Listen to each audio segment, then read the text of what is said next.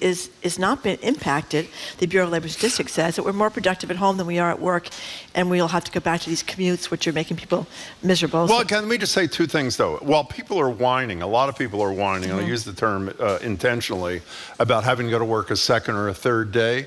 You know what the moral of this story is? Hybrid work is here to stay. I mean, the fact that these big companies are cracking down, and cracking down means you have to come into work half time. No, I'm serious. They have basically accepted hybrid work as part of the deal. By the way, an anonymous texter says, while you were gone, I nearly slipped on a piece of ham while in Evanston, Wyoming at a Jimmy John's. That was the prosciutto woman. What was her name again? I don't know. She slipped on Liana. prosciutto the 80-year-old woman up who called the street and sued. No, she didn't. That was the woman who sued. Liana is the one who trashed her, who called on the phone. Her. Oh, yeah. That 80-year-old or near 80-year-old who called the show and basically trashed the woman who said that she wanted $50,000 for slipping on a allegedly slipping on a piece of prosciutto over there at Italy. 877-301-8970. By the way, you can whine along with us or give serious advice. What do? You know what a lot of people do? I was speaking to a friend of mine 2 days ago. She keeps eating out like for another week or so outside at any outside restaurant to keep the whole spirit of the summer thing going. That's a pretty good idea. Yeah, that is it is going to be summer all week long, and the schools are going to be in session. It's going to be pretty hot for the kids. It's not. When you're back, you're back. Back to Labor Day. They used to have all these rules, you know, that you weren't supposed to wear white after Labor Day, Jim. I wonder if those are gone by the boards. What does that mean? It was just a fashion rule when I was growing up. You weren't supposed to wear white after Labor Day. Why? Because you sweat through it or something? No, because it was just fall is here. White is a summertime thing. White sweaters, white slacks. Oh, so you should wear black because you're in mourning. Yes, you should switch away from white, which people wear a lot of in the summertime. 877-301-8970 is our number. 877-301-8970 is the number to call us or text us at the Boston Public Library. And the question is, are you like Jim, feeling a tragic event has just passed, and are you like Jim showing up at the office with this weird beard that we would welcome any kind of By the way, I really appreciate your welcome. On. Can I tell you something? Your hair ain't looking so hot. No, actually, it looks great. I don't have my correct hair brush No, your hair today. looks fabulous. I'm a little bit nicer than you are. By the way, before we get go to the calls, do you know our friend Sheila? Sheila texted me a great thing. Yep. You've been following. I know you don't follow the news much while you're on vacation. Do you follow the Burning Man thing? Oh, where God, they're knee-deep in mud? Yeah. She said the good news is people are getting out of Burning Man just in time to go to King Richard's Fair, which I think is like a perfect description. No offense to King Richard's Fair, which I'm sure is just wonderful. Rick in Cambridge, you're first on Boston Public Radio as we mourn the end of summer. Hi, Rick. I do not mourn the end of summer. I'm so glad that it's over. I hate the hot and humid weather. Part of me thinks that this actually is the beginning of the new year. It's partly because I'm a retired from public school teacher. So for me, this was always the most exciting part of the year. The weather for the next 2 months, is the best time to be in New England. The air is just energizing. Versus the summer, it seems like it's hard to really think. So for me, this is really the best time of the year. Everything starts up. Football starts up. The church year starts up. Groups start up. Hey, and Jim, you and Marjorie are back as well. That's right. Thank you, That Rick. was the only correct thing you said in that 60 seconds. Any of your friends tell you something wrong with you? I mean, by the way, you're retired. Obviously, being retired, it's a little bit easier to deal with the transitions. Would you not agree, Rick? No, for even before. I missed the start of I miss going back and seeing students. Well, that's actually very nice. Well, Rick, we wish you a lot of luck and enjoy the post-summer period or whatever it is. Rick, thank you for the call. I appreciate it. Okay, here's Paul from Worcester. What? Either Jim ate his way through his vacation or his beard adds 15 pounds in front of the camera. That is really Summer unkind. isn't over until the stores run out of cherries. I have once again eaten my weight in cherries this summer, and perhaps Jim has as well. Well, speaking of, I may have gained a pound or two. What am I eating? What did I get this morning? I usually get like a bagel with cream cheese here. Right. I got a hard-boiled egg, and a cup of fruit for exactly those reasons. That's very good, Jim. I don't Thank think it's you. really added 15 pounds. Well, maybe 10. Maybe 10. Maybe 10. Okay, here's from Matt. in Oh, Middleborough. so far the votes, 60% of people on YouTube apparently love the, as Marjorie Wow. called, quote, beard. 40% are not convinced. Okay. That's so far. We'll keep giving you updates. I'm sure you're interested. Now, Matt in Middleborough has a great text, and I think this is true for lots of people with young kids. He says, I think I speak for most parents when I say it is not a tragic end to summer, but a glorious good point. return to That's school. a really good point. I have a couple of little ones, and although mine aren't in grade school yet, summer has been a real trial of sanity for my wife and me, who couldn't That's go really anywhere important. because our kids are toddlers. The hassle of managing the kids in the heat and the sun was no picnic. That's true. When my kids were little, I felt going back to exact- I'm school really day glad was that person texted. hallelujah. You're They totally are right. back at school. You're not supposed to use school as a babysitter, but a lot of us sometimes Well, it's think not a of it. babysitter. It's just you get relieved from the burden of, Right. we shouldn't say it's a burden either, but from the burden, It is a burden, of Jim. taking care of little That's kids. right. Carmen in Boston, thank you for calling. Hey, Carmen. Hi, how are you? Can you hear me? Yes. I think we can. Hi, Carmen. How are you? Yes, I used to like you, Jim. I don't like you anymore. Why is that, Carmen? Because you started since you start talking about the return to work, Yeah. the return to the office, I felt like I had knots in my stomach. I Oh. feel like being stabbed. Oh.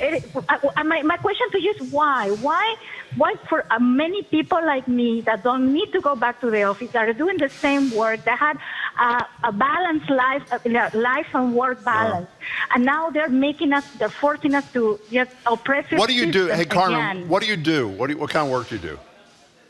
I work in sales. Okay. Now, are you a regular listener of the show? Yes, I do. I Okay, am. if you're a regular listener, you can stay home. Do whatever the hell you want. It is totally fine with us. Carmen, if you want a serious answer to the question, my major concern about people not returning to work, I've only said this 1,000 times, so why not one more, is I think young workers don't know what they're missing. Mentorship, just listening in on a conversation one pot over, learning something from a more experienced colleague. I think that is a real tragedy for young workers. So that's my basic concern. If people who've been around the track a bunch of times can do their work as effectively at home, that's fine, except then they are sort of screwing the young worker. Like, how long have you been in sales, Carmen? 25 years. Okay, don't you think a young salesperson who's a coworker of yours could benefit from sitting near you, hearing how you handle your work, that sort of thing? No? But does it have to be 4 days or 5 days a week? No, I didn't say four. I'm totally into hybrid work. I mean, I come in, but it's my choice. I think 2 or 3 days, 3 days at work is terrific, and then 2 days you're home. And so somewhere in the middle is where I would end up. But as I said, Carmen, if you're a regular listener, you can do whatever you want. Carmen, it was an excellent call. Thank you very much. Call us again soon. Appreciate it. Thank you. Thank you. Susan Framingham says she likes your beard very much, Jim. It looks very This upsets good. you, doesn't it? That people like your beard? No, listen, this is a very flattering one. Yeah. Don't cover up a handsome face, Oh, my Jim. That's what God. That Sheila is so from North nice. Attleboro says. Isn't that That is, lovely? how aggravating is this to you, by the way? That people like the beard? Yeah. Well, the day's not over, Jim. The day is not By the way, not I over. want to say, well, I did quote Peter, the door guy, lead door guy, who said, lose the beard. Miriam, the first person I saw here at the News Feed Cafe this morning, was very complimentary as well, Marjorie. Oh, that's very nice. So there. She's got very good taste, So too. there. John on the truck. What do you think, John? Hey, John, what's up? Hi, kids. Welcome back. First Hey, of all, thank you Thank kindly. you. Jim, I call every year. Well, I call all through the year, but Yeah. I call every year to commiserate with you because you and I are the ones that love the heat, we love the humidity, we love summer, That is correct. and I leave the boat in the water a little bit longer. I may even leave the pool uncovered for this week, too. And that's how I keep it going. Yesterday, though, the sign that it's over, when the 3-car caravan to bring my privileged princess back to school. 3 cars. I love it. Oh yeah, the only kid, all our roommates come with one vehicle. We're bringing 3 to bring everything back to school for her. But, John, you're like my friend I mentioned before who's going to go dinner outside, al fresco or whatever this week. Keeping the boat in the water, if you have a boat, which I don't, or keeping the pool filled, which I don't, also, that's a wonderful way to extend, I love that, to extend the summer. And I'm with you, John, as you stated correctly. Heat and humidity is my ticket. I love it. And despise the cold, Jim. Can't stand it. Can't stand winter and snow. The older I get, the more miserable it makes me. So I never mind the heat. This is what I wait for, and it's so short-lived, you know? So. John, you were excellent. Thank you very much for the call. We appreciate it. 877-301-8970. You have a look of consternation Well, on I your didn't face. realize that you could see all my papers on the floor. I guess you can. A texter is concerned that I'm going to slip in the papers. I have a lot of papers under my You do. desk. I didn't think you could see them. I guess you can. Well, actually, I'm Maybe I looking should under there. Not only move does them. she have papers, she has a pile of prosciutto next to the... It's really, be careful, even Yeah. though Liliana said it's not Yeah. slippery. So that's the deal there. Daniel from Somerville, what do you think? Are you sad that summer's over, or are you ecstatic? Daniel. Hey, first off, I really like the beard, Jim. Thank you. Thank you. I think you should grow it out a little bit, and Thank then in a few weeks, maybe try having a clean-shaved head.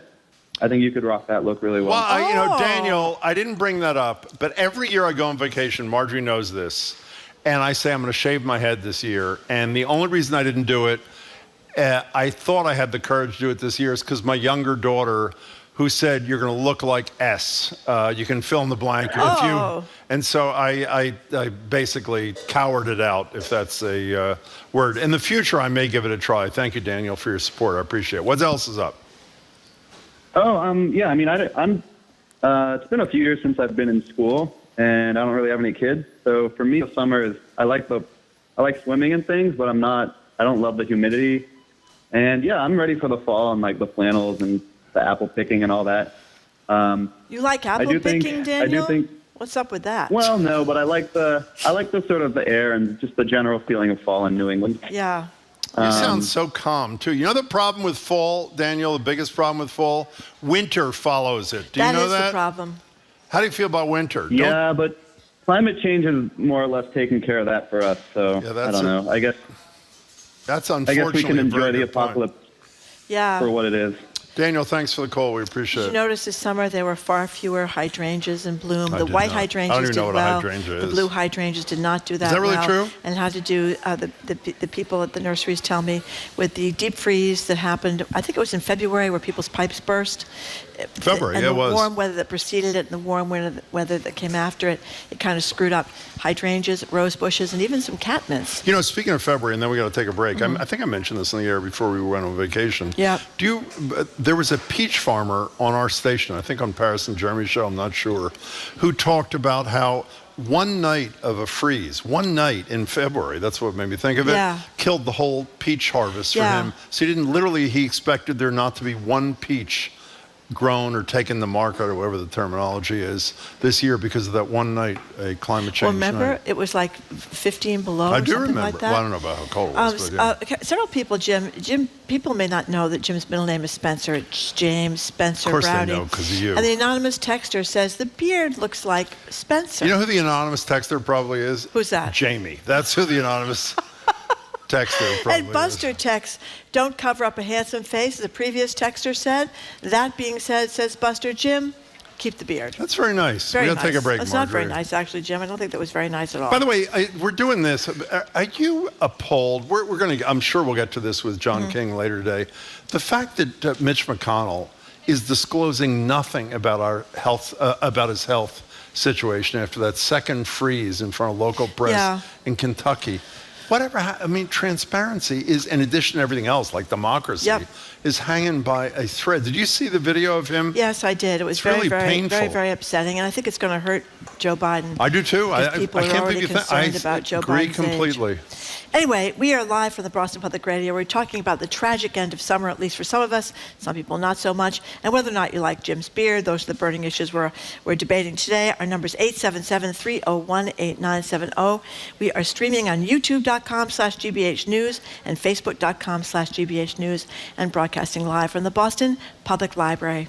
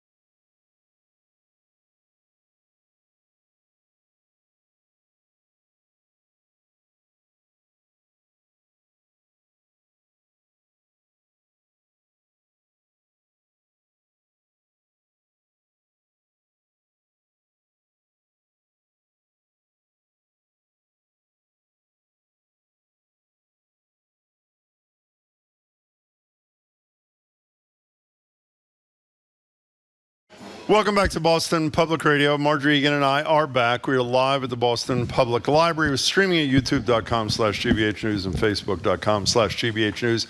We're talking about what we term, at least most of our listeners don't seem to agree, the tragic end of summer. And if you share our perspective, what are you doing to try to keep it alive as long as you can? Like the guy who called a minute ago, keeping his boat in the water, keeping his pool full. And if you don't think it's tragic and you're one of these people, it's in the autumn, or you're a total masochist and you're into winter, give us a buzz too. 877-301-8970 is the number. Here's Andy from Yarmouthport. I rejoice that we are past Labor Day. Now we on Cape Cod can turn left again. They used to often have signs coming up the Mid-Cape Highway on Labor Day. I didn't see them yesterday saying, good riddance. I know. See you later. It's great. See you later. Yeah. We're glad you're all gone.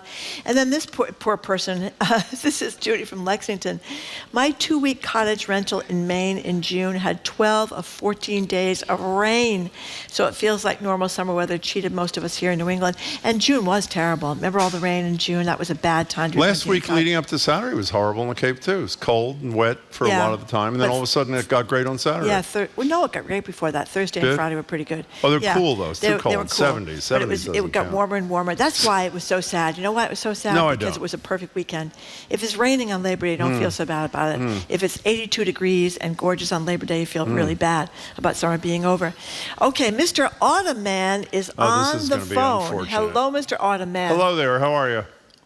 Well, hello, everybody, and happy autumn coming up to everyone. Thank you. You too. Isn't it grand? No, actually it's not. But go ahead. Oh, I'm so excited. You know, it's just about time for the best time of the year in New England. Nothing beats autumn in New England, you know. I just look forward to these days where I can put on my nice cardigan over a collared shirt, walk around with a hot cup of coffee in the Commons and just take it all in, you know? That's quite lovely. It looks like we have a picture of Mr. Autumn Man. We apparently do. Oh, well, yeah, there was an article done about me some years ago. That was that was 11 years ago. Wait a minute. Is this you from October 2012 in your gray cardigan over your collared shirt holding the Starbucks cup? Is this you? And you'll notice the dashing beard also. Way to go, Jim. Keep it up. Yes, a dashing beard. You're a very handsome man. Do you see Mr. It's actually an Onion article if you read above. Oh, it's an Onion article? Yeah, it's close enough. Oh. We ruined the whole thing. I thought it was the real deal there. I didn't see the Onion until late. Mr. Autumn Man, having said that, it's a pleasure to talk to you. Enjoy autumn, as I'm sure you will. 877-301-8970 is the phone number. What? It's a pretty funny concept, Mr. Autumn Man, isn't it? You have a lot of cardigans. Wearing a sweater. I actually, and by the way, Marjorie thrives on making fun of me. I guess you've noticed if you listen to the show. What do you call me when I wear a cardigan?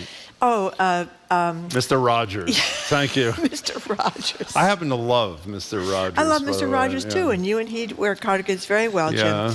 Ron from Seabrook, New Hampshire. Hey, Ron, what's going on? Hi. Thanks for taking my call. Thank you. Jim, I can't see you, but I'm envious. If I don't shave for 3 weeks, I look like a homeless rummy. Well, I would say, I wouldn't use that terminology, but I would say I'm not far from what you're describing. But go ahead, Ron. Nice to see you. Well, we live in a beach town, and actually we wait for this time of year because all of the temporary residents are gone. And, you can enjoy the beach for quite a lot longer than you seem to think. The water is warm. There are warm enough days to go down there and enjoy yourself. Well, I have to say you're the exception. I mean, the two exceptions based on this 30-minute conversation, the person who texted before and said, if you have young kids, it is a feeling of liberation that is unbelievably great when they go to school or pre-K or childcare, whatever the hell they do. And obviously, if you live in a beach town, you're sort of like the people that Marjorie said, the good riddance people, as everybody's leaving the Cape so they can return to some normalcy and enjoy the I spend a decent amount of time in Provincetown. On a busy summer weekend, there got to be 100,000 people in town. It's packed. And in the winter or fall, it's like 3,000 or 4,000. It's like just a beautiful place to be. Ron, thanks for the call. We appreciate it. Now, Tony in Worcester points out that officially we still have 3 weeks of summer left. Summer doesn't end until is it September 20th or 21st? I don't know. Whenever it is, like that? That's ridiculous. But that is accurate. That's for sure. Well, it's accurate technically, but it doesn't operate that way. That isn't how you feel. When when you return, one of the problems, someone also said to me, the same What? person I mentioned to you about dining outside, maybe we make a mistake by taking the end of the summer off. And when you take the end of this, there's a much more precipitous drop off the cliff. When you come back from vacation, you go right to work kind of thing. Usually the end of the summer has the worst weather because the hurricanes are coming. That's why you should take off in July. It wasn't a hurricane. It wasn't a hurricane this year, but lots of times it is, and it gets cold. That's why July is better weather. Generally. Speaking of hurricane, I'm sorry, I know we're not talking politics yet until late with John. That's because you're watching CNN. No, it is not. Yeah, when you mentioned hurricane, did you read, I know you didn't read much news stuff. I didn't. Did you read the appalling story that Ron DeSantis did not meet with Biden? Yeah, I did. When Biden went to Florida to commiserate with the people who lost everything, using this pathetic excuse that having the president there was going to be a disruptive force. Well, it wasn't disruptive for the people who were suffering, who got a visit from the president showing that he cares and is going to spend money there. Is there anything lower rent than this character? Well, you ever hear anybody that sounds more whiny and has less appeal? I can't believe he got such a huge vote in Florida, and the guy's going nowhere because he's kind of a drip and he's kind of a jerk. Do you remember the image of, in fact, one of the people in the Republican debate mentioned this critically, of course, even though Chris Christie years ago was very critical of Obama. Remember when Obama flew, was it Newark, I think? Was it after Sandy? I don't know what it was. After Hurricane Sandy. And they either hugged each other or whatever. I mean, it was exactly what you should do. But Christie took a lot of grief. He took a lot of grief at the GOP debate the other night, 8 years or 7 years after, whatever the hell it was. You know what? 6 years after. DeSantis is so full of baloney. I mean, they can't stand the federal government, but of course, who are they hoping is going to come in and bail them out? The federal government. Of course. Molly from West Newbury, thank you for calling. Hey, Molly. Hi. I can't wait for fall to arrive. This summer, I work at a doggy daycare, and a dodgy daycare? No, a doggy daycare, not a dodgy daycare. Sorry. Go ahead.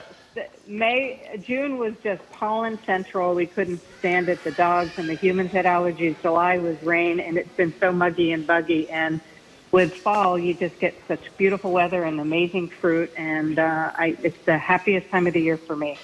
Yeah, you can tell in your voice. You feel, I mean, there are obviously a lot of people who share your perspective, Molly. Thank you for the call. I'm just not among it. By the way, I have to say, if winter didn't follow fall, I think I could deal with fall a lot better. Could you? Yes.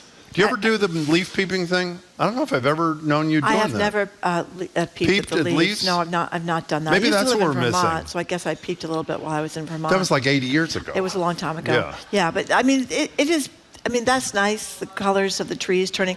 When I lived it was like Chevy Chase going to the Grand Canyon. Remember that? He looked for 10 seconds and he left. We take it for granted. I remember when I lived in California, I think I told you in college, there was a tree that turned colors, a maple tree outside my dorm. Yeah. And it was hysterical. That's nice. People came and they took pictures in front of the tree. It was like a tourist attraction. Yeah. This little 20-foot maple tree, people were so excited. That's very nice. When you don't have the trees turning colors, you really do miss it. Did you know Maureen Dowd had a column talking about the president's a picture of his mugshot?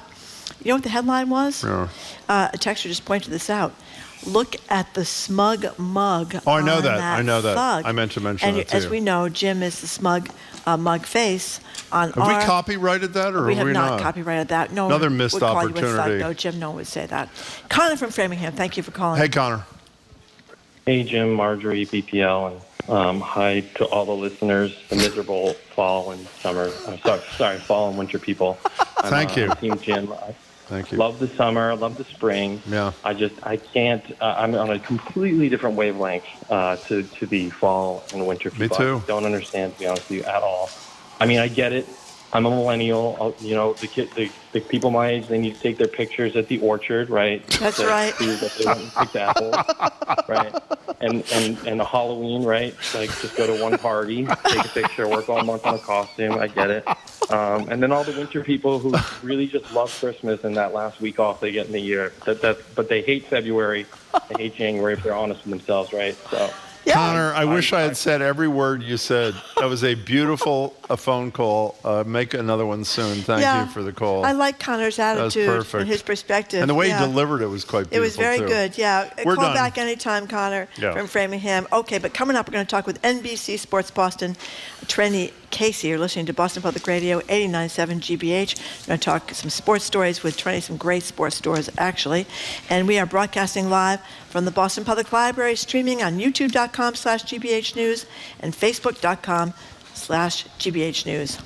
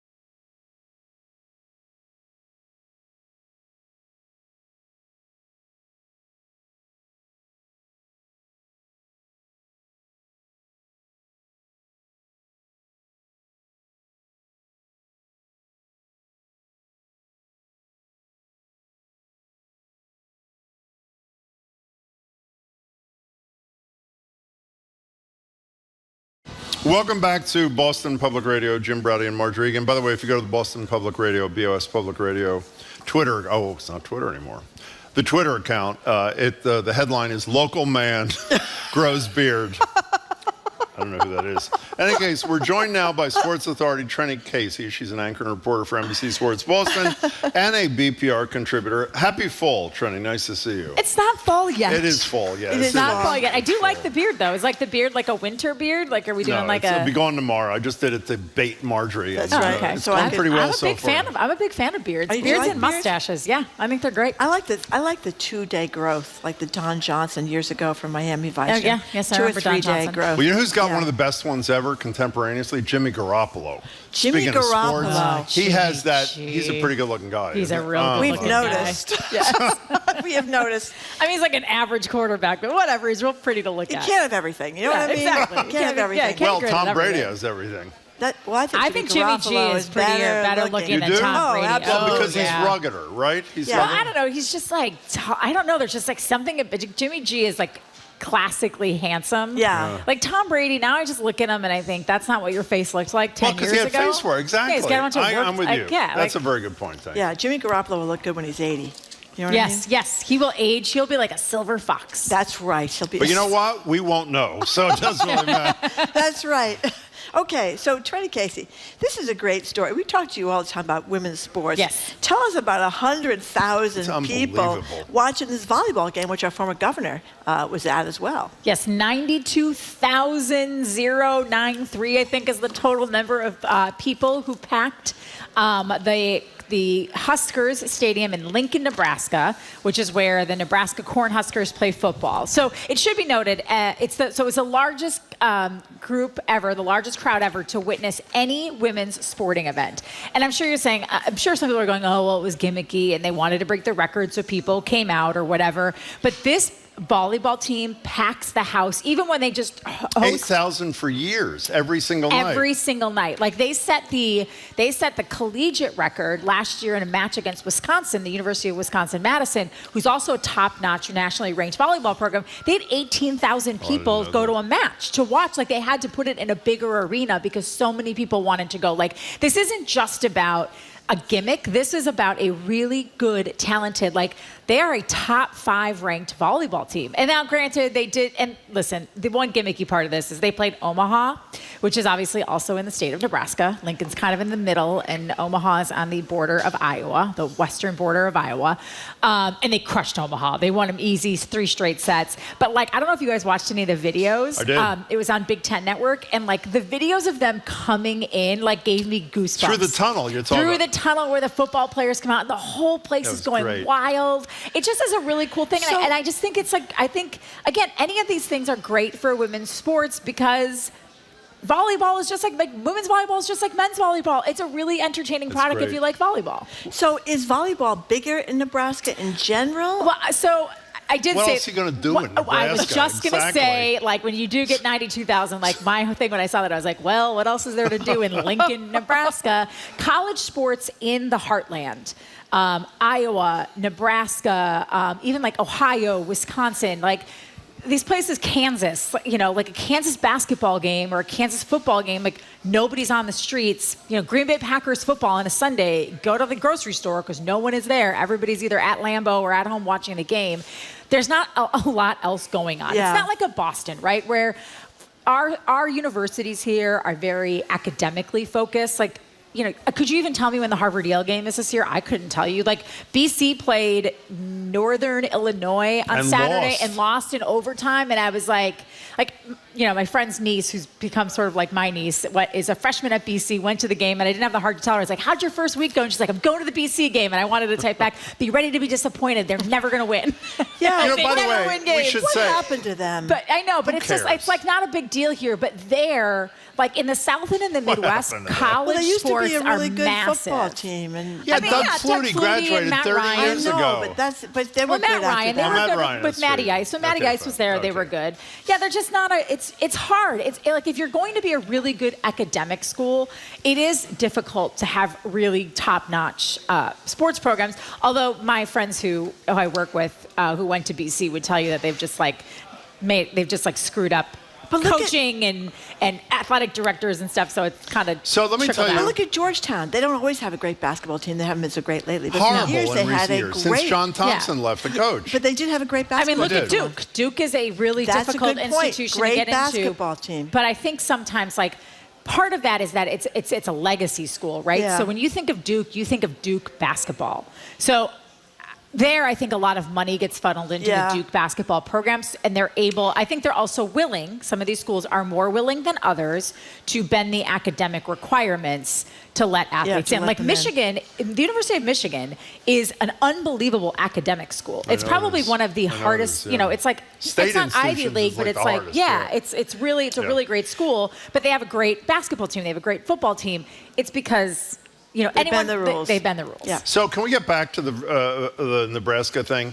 I have this odd behavior. I don't know why I'm doing this. Every time there's a huge story in college sports, like, for example, the atrocious thing where these teams are leaving leagues Oh, to it's go to terrible. other leagues. I know. You know who I Google right away? Charlie Baker. Baker. Charlie Baker. I Googled Charlie Baker and the event to see. And Baker, to his credit, has been critical of these league switches, Yes. even though he can't do anything about it. So I Google Nebraska volleyball and Charlie Baker. Did he go?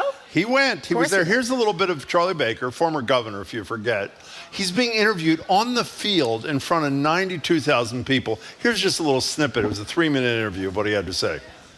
And I believe it is, in fact, the most successful human potential development machine we have. The lessons kids learn at every level, D1, D2, D3, 1,100 schools, 19,000 teams, 520,000 athletes, and they learn some really important life lessons by being collegiate athletes. And I think it's really important that we continue to grow it and to water it and make sure that it becomes everything it should be for all the kids that come after, because this has been a great tool for all the kids who've come before. You know, by the way, the two Dancing to the observations. Taylor Swift in the background. One, how odd is it to hear Baker talking about this, considering what we had for? I'm not runaway critical, red but you know, line train or but you know what something the like importance of that quote is? He is really, his whole presidency, it seems to me, of the NCAA is all about not All the superstars, right? The people who are just average people who people don't. I know the volleyball players are stars, but you know, he's into the student athlete sport thing, which is really commendable because most of the athletic directors don't give a damn about anything Except for their money-making sports. Right, your money-making sports, which So good for him. typically are football, basketball. At some schools, it's your hockey team. Some schools might even be your soccer team.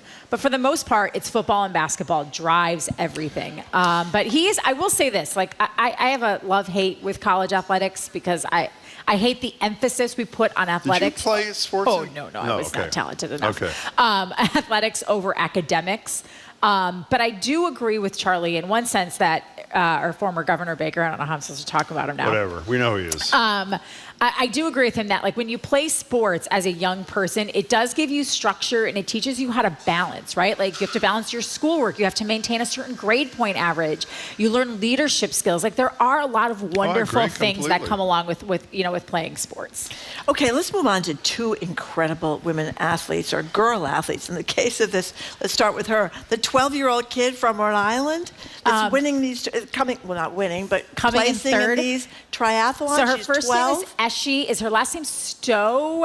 Stockton. Eshy Stockton. So I just found this. I saw this a couple weeks ago when you guys were on hiatus, and I was like, if we can hold this, I love this story. So Eshy Stockton is a 12-year-old triathlete, and she is just so talented that she is placing in 19 and under categories. She is placing in the top 3 on a pretty consistent basis, like against grown adults. And now some people I don't know why I ever read the Globe comments, but sometimes I read the Globe comments and people are like, oh, this is so bad for her body and this is this and that. But I would argue that swim, bike, run is actually a really great way. It's like different disciplines, and she loves it and she wants to be. It should be noted, she's an African-American little girl, and she recognizes that what she's doing is not, it's different, right? There are not a lot of little black kids doing triathlons, and she wants to be a face for people. She wants to show her friends and her community, like, she understands the magnitude of what she's doing. I just think she's such a cute, impressive young woman. Like, and she came in third in the Boston triathlon. She came in third in the Boston triathlon. Yes. I didn't know there was a Boston triathlon. But you know what I was worried about? Wait a second, where is the Boston triathlon? I think they swim on the Charles, because the Charles is actually, I know people are like, oh my God, the Charles, but I think it's actually fairly clean, like for a big body of make water. sure you have no open wounds. It's fine. I've fallen in like stand-up paddleboarding before. It's fine. Remember when Bill Well, was he drunk when he dove in? I think he was sober. He dove into the Charles. He dove in. Yeah, I mean, listen, wasn't there a time, was it like, is that why it's called Dirty Water? Was there a time where like actually, very dirty. Like that's like the song by Gross. the... Yeah, we know who they are. Smelled. Kind of looks like a chemistry Peter Wolf lives right down the street, by the way. So did Boston Harbor, for that matter. You go out in a boat and it bubbled. The water bubbled. Very strange. Okay, so listen, wait. I want to say something, because the thing got upset about this prospectively is that lots of girls that are great athletes at 12, 13, 14, something happens when they become more when they go through puberty. And I hope that doesn't happen to her, because sometimes they're not as good as they at 15 and 16 as they were at 13. Yeah, I mean, it happens, right? But I also think that, like, everybody's body changes and you go through different stuff. I mean, again, this is anecdotal. My niece is 13, and she has gone through some puberty things in the last. Right. And while she has actually become, I think, like a better soccer player and a better runner, she's going to run cross country. And I think sometimes what my bigger fear is not that they lose their talent when they go through puberty. My fear is when little girls do gymnastics, swimming, running, something that's hard on the body, is that they don't go through puberty. That there's a stunted, that there's something stunted. Like the runners, particularly. Like the runners, right. So for her, I hope that her parents let her eat huge plates of pasta and, sugary cereals and all these things so that she can feel like, she's fueling her exercise and doesn't succumb. Like, that's my bigger fear, is these young women succumbing to the pressures of being like a tiny, small athlete in smaller meetings. By the way, I can relate to that. My mother allowed me to have sugary things and huge bowls of pasta. Unfortunately, I wasn't doing any sports. So let's stay on incredible women. I never heard of this. Do you pronounce it Dowalter woman? Courtney Dowalter. Oh my God. I'm and by the way, in the New York her. Times everywhere recently. Yes. Explain who this woman is. Okay, so Courtney Dowalter is my new hero. I could never do what she does, but she is a ultra distance trail runner. So she runs like 100+ mile races, and she this summer has done 3 of the hardest 100-mile races. She has won all 3. Now, other women have won all 3. No other woman has won all 3 in the same summer. They're only a few weeks apart. They're a couple of weeks apart. So she did Western States, and then there's one which I'm not as familiar. It starts with an H. And then she just recently did one in Mont Blanc, which is, it goes like up through the mountains, of France and Switzerland, and then back down. And she literally went into it. She's like, I'm just gonna like run and see how I do it. And she won by like an hour. Well, she's not just beating people by like a couple of minutes. I mean, and she is like, she's got this strategy though, like imagining herself a sculptor chipping away at the pain. Yes. Like she likes to be in what she calls the pain cave. Yeah. Which is when she hallucinates on runs. I mean, you're running overnight. So I followed her. I live tracked her. I mean, I didn't stay up, but I live tracked her in France. And like it takes you, even if you're a great runner, it takes, 20 hours to do 100 miles. Like it's an incredibly, and it's a lot of elevation, right? They're not sprinting fast. She's just so tough. And what I love about her, there's a couple things. One, she doesn't have a coach. So she goes on body feel. So if she gets up and she's like, oh, I'm feeling good, I'll go out and hammer out a 25 or 30 mile run through the mountains. If I don't feel good today, I'm just gonna go lift and maybe run 5 or 6 miles. Like she just goes, like she's so intuitive in her body. And she found out early on that part of why she was crashing in races is she wasn't eating enough. So every time she goes to like these aid stations, they have a grocery bag full of food that she eats. So she's eating like so much food, and you have to, like the amount of calories she burns. And she eats all this food, and it's like fuels her. And the other thing I love about her, so many runners, and listen, wear whatever you want, but everybody's got like the tiny, we've talked on this show before about the tiny little briefs and like the little half shirt. She wears baggy t-shirts and baggy shorts because that's what she's comfortable in. And she like loves beer and nachos and just has this like really just like her personal, like I feel like we would be best friends. Like I want to be best friends. By the way, with also, do you read the part in the New York Times? She meets a lot of S&M people in the pain caves. So that's what. Excuse me. Okay. What part of the show did I miss? Inappropriate joke there. It wasn't inappropriate. It was what it was. I mean, he's got the beard now. Okay, we don't know what else is going on there. Okay, fine. But she's awesome. If you have a chance to follow her on Instagram or Her last name is Daulter. But she is breaking records like no one else. But the other thing I found interesting, and I don't know if you guys read this, but I read another article about her where there's long been this theory that women may be able to run those ultra distance races faster than men. And they actually talked to a science teacher, some physiology teacher at Marquette, my alma mater. And this woman, I was actually happy she said it. She's like, they're just physiologically different. Like putting that pressure on a female that you're gonna, she does beat men, but she doesn't beat the best men, right? Like we're just different, and there's always going to be different times, and that's okay. And I like how she was like, let's stop trying to pretend and trying to find this way that like, women are going to run faster than men. Like we just burn fat differently, our bodies are different, and that's okay. By the way, there's just a sort of a little breaking news deal. The coach of Spain's women's soccer team that just won the World Cup, not the president, the coach was fired for, quote, this is in the New York Times, outdated methods and controlling behavior. I don't know what that means. That guy, Rubiales, who's the guy who kissed her in lips, is still struggling. And I think it's only a matter of time until he is gone as well. That was a very disturbing picture. Speaking of the guy we mentioned a few minutes ago, I don't Did you see the video? Yes. Of them? Yes, absolutely. Of him kissing the player? Yeah. It was gross. With his hands on her face. Did you also see him slap her butt? No, I did not. So when he kisses her on the lips and she walks away, he then pats her on her behind. Yeah. It's highly inappropriate, and I cannot believe that in this day and age that is like still happening, and then a guy going, I don't understand why everybody's mad about it. Well, some of the cowards in his association who applauded him a couple days after have now turned on him. So, I mean, you're right, he should have gone right away, but at least I think it's pretty clear he is going to go, even though he hasn't gone yet. Tom Brady. Halftime of the Patriots game, their opening game against my hometown team, the Philadelphia Eagles, is going to be this honor to Brady, which I assume is going to be huge. The thing I don't understand at all is I actually went. I have no idea how I got tickets to Larry Bird's farewell at the Garden. Cool. When Magic Johnson was there and had a Celtic shirt. He took off his thing and he had a Celtic shirt underneath. I think I got that right.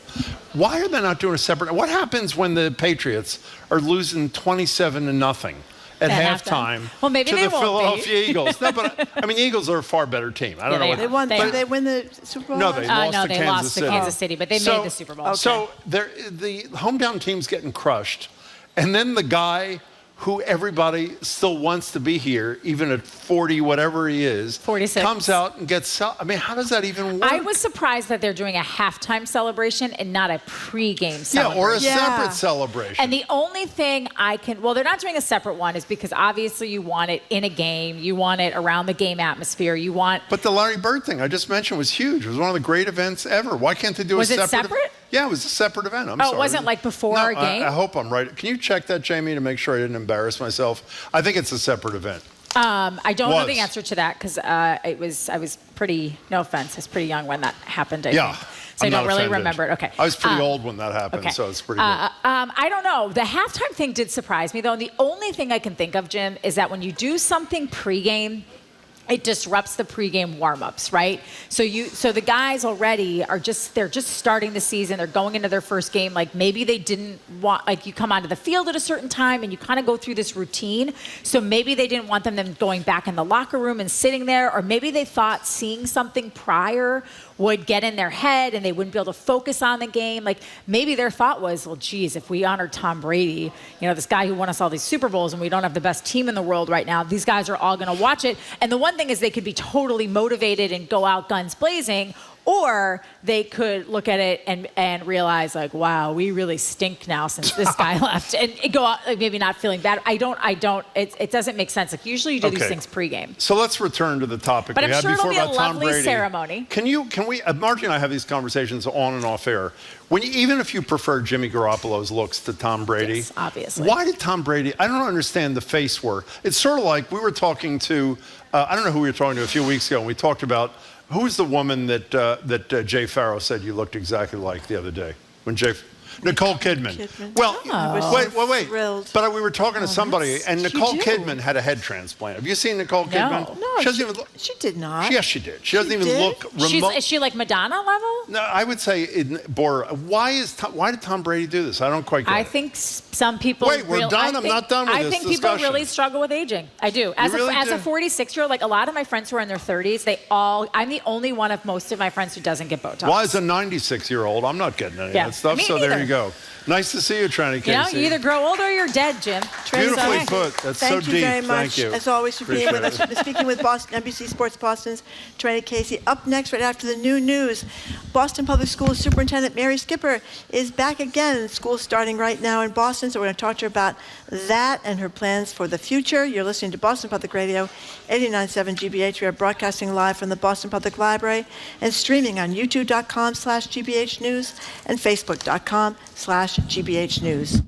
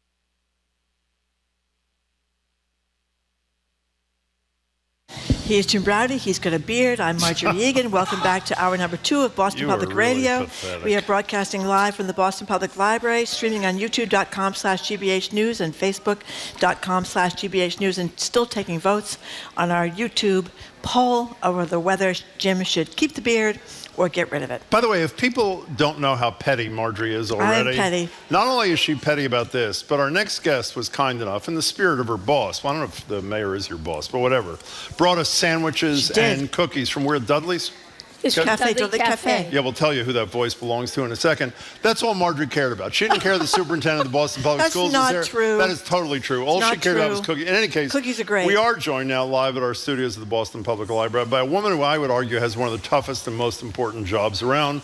She's the superintendent of the Boston Public Schools, sort of celebrating her one-year anniversary. Mary Skipper, it's great to see you. Thanks for being here. Yeah, thank you very much for coming in.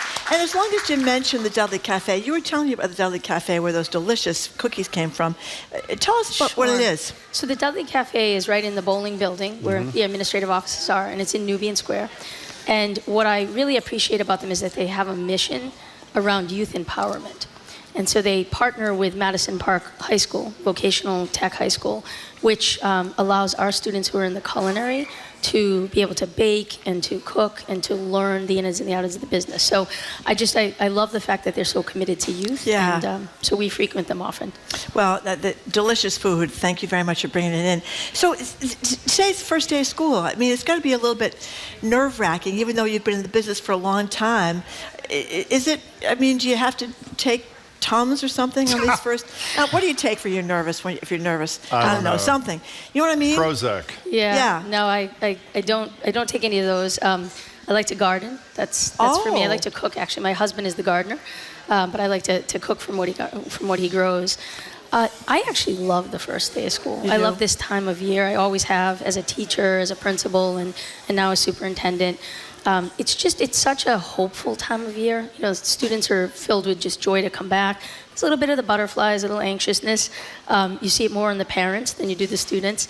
But there's just something about students entering and being back with their classmates and being able to see and meet their new teacher for the year that it's worth all of the lift. So despite the joy you feel when the kids return, what are you most anxious about when you wake up on day one? What are the things you're most worried won't go as they need to go? Mm-hmm. So, I mean, for us, student safety is always the primary for us. It's the thing we, think about the most and put the most effort into. I also think for us in Boston, it's transportation because it's been such a headliner for us in the past. I'm very relieved that this year we're starting in a very different place. This has, been a big part of this past year of working on foundation for us in the BPS, getting the systems right and elevating the systems to a level of 50,000 students and 11,000 staff. So with transportation, this is the first year that we will start actually with a completely full bus driver load. Yeah. 733 bus drivers. We put on the road about 630 buses. And we route about 21,000 children on those buses. So you can think of all the different things that could go right or wrong in that, and that's probably the thing that I think about. And is it the state, we're going to talk to you a minute about DESE and the whole relationship with Commissioner Riley, but it was the deal you struck, the agreement was there'd be 95% on time, am I right about that? We did. So there was an MOU that was signed prior to my coming in. Understanding, and that was 95% on-time arrival, or what we call OTP. We look across the nation at how large systems like ours, what those averages are. We're constantly comparing ourselves, and I think we've taken some really great steps in efficiencies of the routing. I can't say enough for the transportation team, being fully staffed with the buses and having them all on the road. Last year, we ran into some problems with bus monitors and not being able to run some of the bus routes for our special education students. This year, we start with an extra 150 bus monitors over last year. So many of the things that caused issues last year, we've been able to resolve. There's always going to be room for improvement. If somebody can solve Boston traffic, I want to partner with that person. Because right now, that's probably one of the most difficult things is the unknown of Boston traffic and weather. We're talking to Superintendent Mary Skipper. So speaking of DESE, Department of Elementary and Secondary Education, when Mayor Wu was with us here last month, we were talking about the continued criticism of Commissioner Riley of your compliance with that memo of understanding. At the same time that's happening, you're getting, I think, the second highest rating from your bosses, the school committee. He refers to one of the high school plans as, quote, half-baked. And I thought it was pretty tough on the school district. I don't know enough to know if it's merited. So we asked Mayor Wu about whether, this is in July, my apologies, not August, about how she felt about the Riley criticism. Here's what the mayor had to say. Our working relationship day to day at the staff level has been very productive, and we are meeting the vast majority of those deadlines and metrics. The ones that the commissioner has chosen to elevate himself separately with a very different tone than the rest of his team, in fact, are not even accurate when it comes to how they've been conveyed. I understand where, the commissioner has kids in the system as well. He wants to see Boston thrive and survive. We have a very different idea of what it means to work together and to have a productive relationship. Do you have a very different idea of what it means to work together and have a productive relationship, Superintendent? I meet with Commissioner Riley on a regular basis. Interesting part, Commissioner Riley was part of the BPS for years. I worked with him when I was a principal. He was a principal, as was Secretary of Education Pat Tutwiler. Mm-hmm. So these are, two individuals that certainly have known Boston at different points in their careers. I think, if all I had to worry about was the SIP, that would be one thing. But what does SIP mean? The SIP is our school improvement plan or our district improvement plan. Systematic improvement plan. I think if that was the only thing that we had to work on, it would be one thing. But everybody that knows BPS knows that last year, with all the recommendations from the Council of Great City Schools, we have a great deal that we're working each day to improve. But he seems, she was saying, without using the word, he's being unfair. Staff is saying one thing and it's productive. He's saying something totally different with a different tone, on and on like that. Do you share that frustration? So I think it is very accurate that the meetings that we have on a weekly basis with DESE are very productive. We take their feedback. I'm often part of those meetings, and we take their feedback and we try to implement as much as possible from what they're suggesting. I don't know on the particular day that the comments were made, the ones that the mayor is referring to, but I do know that what I would have liked to see is a balance of all of the things we are getting right. So do you think, you're not answering my question though, with all due respect, do you think he's being unfair? How about the half-baked comment about the high school plan? I think the commissioner presented the particular facts that were important to him on that given day. What I would have appreciated was to be able to holistically show all we've improved on. Because I think, it's much like the media in general. You can do 100 things well, and it's that 101 that gets reported on. Obviously, you listen to our show. Based upon that, that's pretty... I wasn't getting into the beard debate. Thank you, Mary Skipper. We're talking to the superintendent of the Boston Public Schools, Mary Skipper. Let's just back up for a second. I mean, I think the whole thing, and correct me if I'm wrong, is that the Department of Special Education, what do you call it? Department Elementary and Secondary Education. Yeah, that's DESE. They're in charge of the whole thing, and Riley's the commissioner.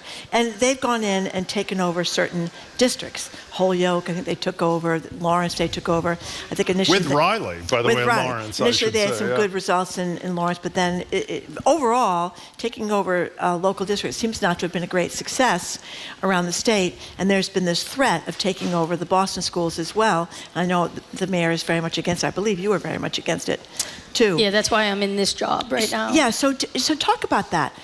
The state takes over the schools, gets mixed results at best, and is still talking about taking over the biggest one. So why is that a terrible idea, in your view? Well, I think we're making incredible progress, and I think the most important thing was building a team, which was the focus last year. Most of our leadership positions at this point are filled, and they're not only filled with a person, they're filled with the most talented of people, diverse of people that really know and understand Boston. They understand their particular content area. That's what is going to be the change here in our city. Sometimes if you're coming from the outside, you don't necessarily know and understand, and it takes you a long time to be able to onboard. It's one of the reasons why coming back for me, I really tried to assess quickly what was working and what wasn't, but I relied heavily on my historical knowledge of BPS. And in hiring people in our leadership team, that's been a priority for us, is to get people that actually know. I mean, when it comes to transportation, we're in such a different place.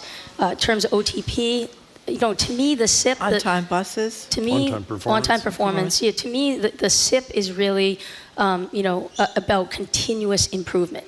Everybody knows we were starting at a certain baseline. It's going to take a little bit of time to get up there. But we had on-time percentage that increased throughout the year. And I think the commissioner did acknowledge that.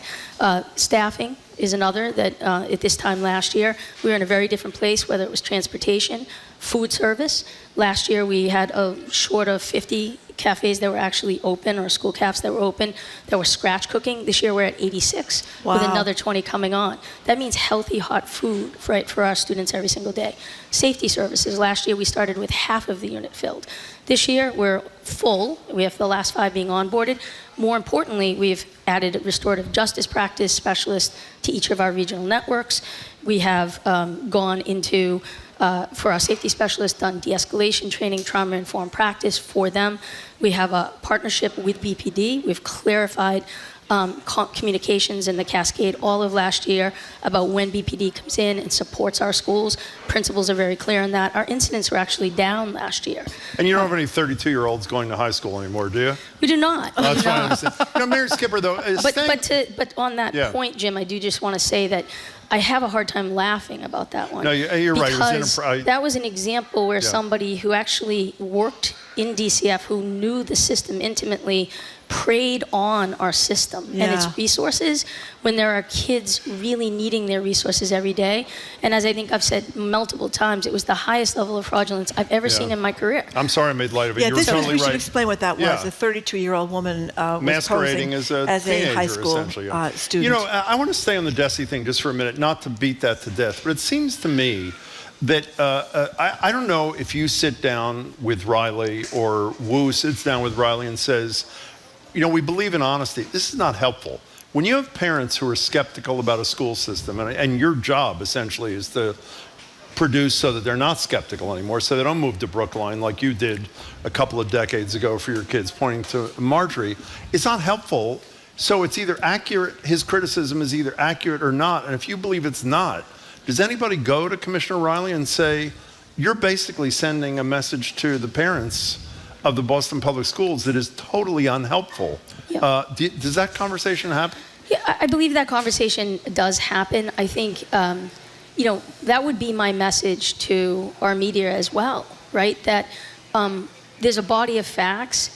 When you present some of those facts and you don't present the rest of the context or the rest of the facts to actually show the full picture, it can leave people with a really skewed view of things. So when you mentioned media, we had, I think it was Deanna Pan and Justice Porter, who was a kid at the Jeremiah E. Burke School was comparing she was brilliant, this kid, this Justice Porter, her experience at the Jeremiah Burke and then learning about what was going on at Boston Latin, and was pretty disappointed about her high school experience. Here she was this is Justice Porter, talking to us in June.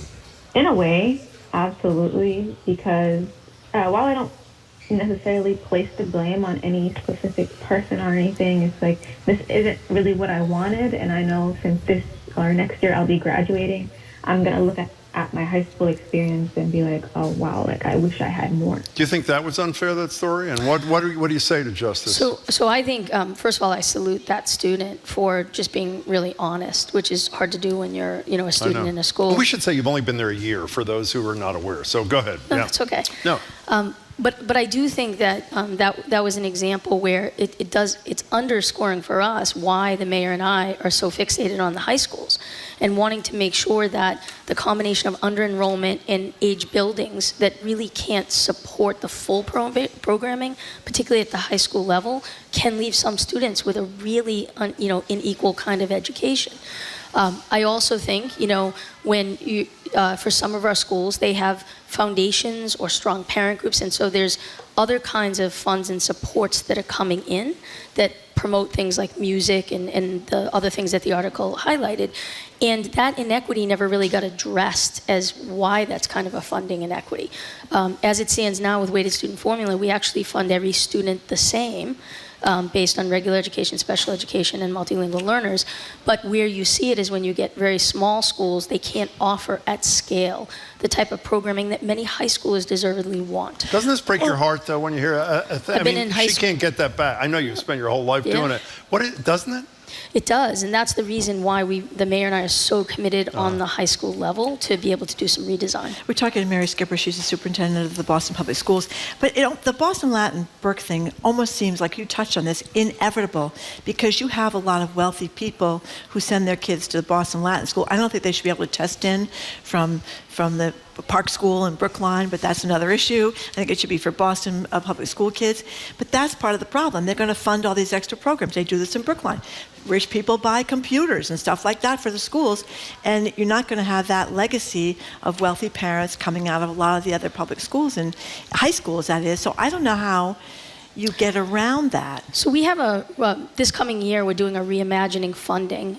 It's actually to look in depth. There's a committee that's been working on it to look in depth at what weighted student formula has accomplished, how it's broken down, given the enrollment drops in our schools. It doesn't work as well when you have to inject dollars in because you have these drops in enrollment. This will be the opportunity to look at things like that. What I would say, all funding. Yeah. I think some of our schools are very fortunate to have foundations that contribute a great deal of money in hundreds of thousands of dollars annually.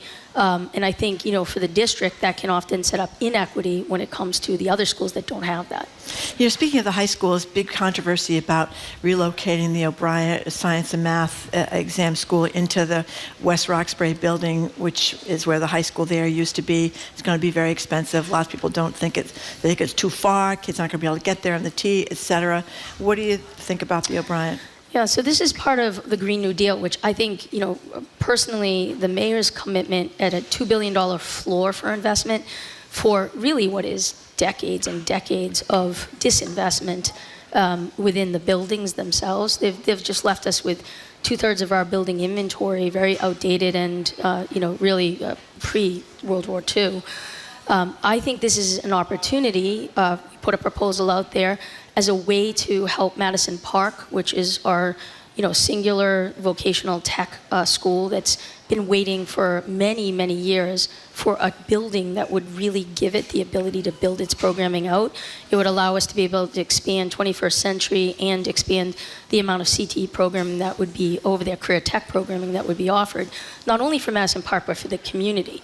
For that to happen in O'Brien, which the two have always existed, and by existing in the same complex, neither school really gets what it needs. O'Brien has not been able, because of the condition of the facility and the space, to really be able to take in the 7th grade population as an exam school that the other two do. So, and additionally, it hasn't been able to expand its STEM programming and the kinds of majors that are associated with STEM. So this would give it the opportunity to be able to have its own facility.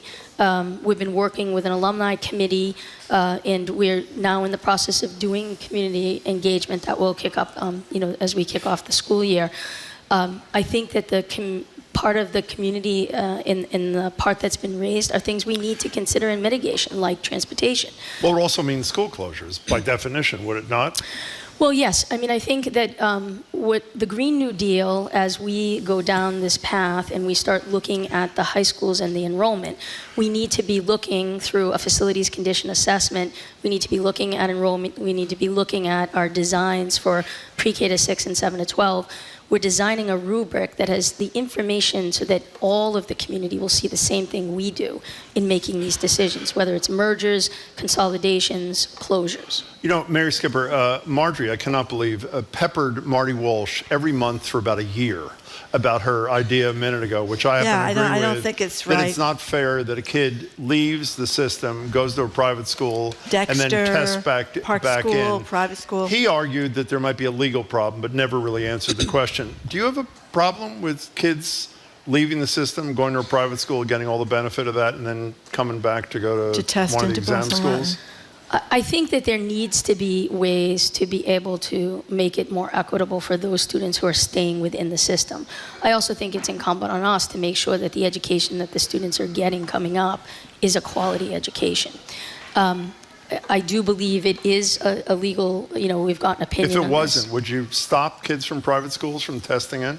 I think I would open up more opportunities and seats for students who are coming up through the BPS themselves. I have one last thing for you. When you were here, which is, again, about a week before you started your job. Oh, my goodness. We're almost out of time. That's correct. That's how it works, Marjorie. Time I have passes. a million more questions. Well, you can ask them in a second. I asked you about, I think the two finalists for the job were both white. Am I not right about that? I believe so. You and the other finalists, but you're a white person. I asked you a question when you were here a year ago about the fact you're a white person about to become superintendent. 85% of the kids are black and brown and that sort of thing. Here's a little bit of what you had to say in response. For myself, it's the commitment that I've made throughout my entire career, which is to build a team that is diverse, that does represent our families and our students. And I think we're well on the way of doing that in terms of our leadership team, in terms of our building leaders. And so that's kind of the first step. I think the second is a deep commitment to equity. Okay, so in the spirit of what you said before, that the media focuses on the negative, I'll only half focus on the negative. A bunch of administrators, some former administrators of color, said that there were discriminatory behavior around discipline and related things around administrators of color. That's the negative half. And there's a report that just came out a couple of days ago. You can tell us what the conclusions were. But secondly, do you think you've honored your own commitment when you were here from a year ago in terms of diversity in your top ranks? So I do. I think we've been very intentional in our team to make sure that the leadership team of our deputies, our chiefs, our senior advisors are reflective of our school district and the students and families that we serve every day. And that's all public for anybody that wants to look at.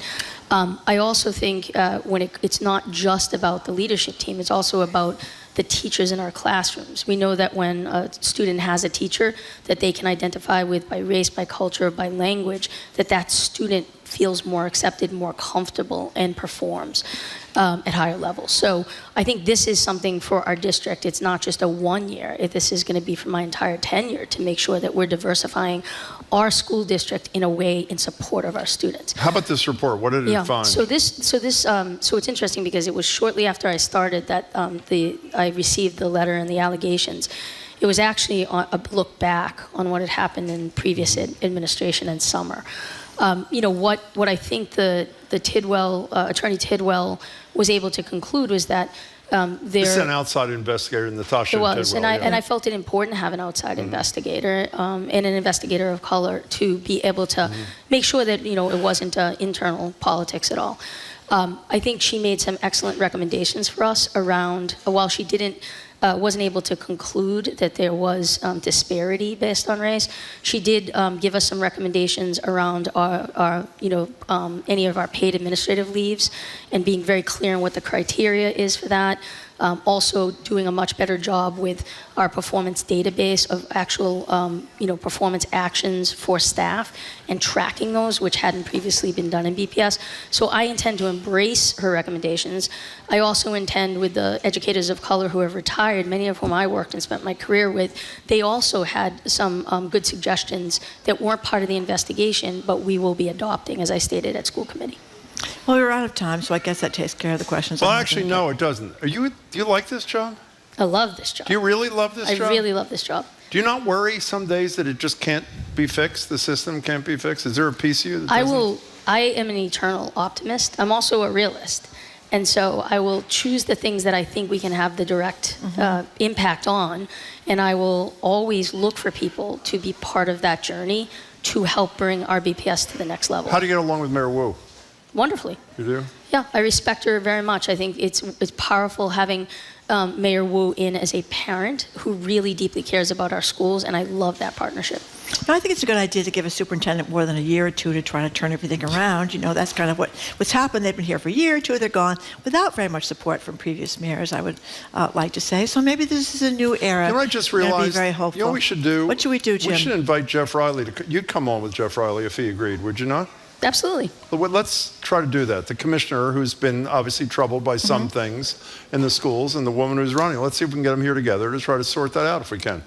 Superintendent, it's great to see you, and thank you for the sandwiches. Thank you You're a very, kind very soul. much. We much Thank appreciate you coming Good in. luck. It flew by. We've been speaking with Boston Public Schools Superintendent Mary Skipper. We much appreciate her time, especially today on the first day of school. Coming up, we're going to talk with the Boston Foundation's Lee Pelton about Mass and Cass, a continued crisis down there, affirmative action, and a bunch of other stuff. You're listening to Boston Public Radio, 89.7 GBH. We're broadcasting live from the Boston Public Library and streaming at youtube.com/GBH News and facebook.com/GBH News.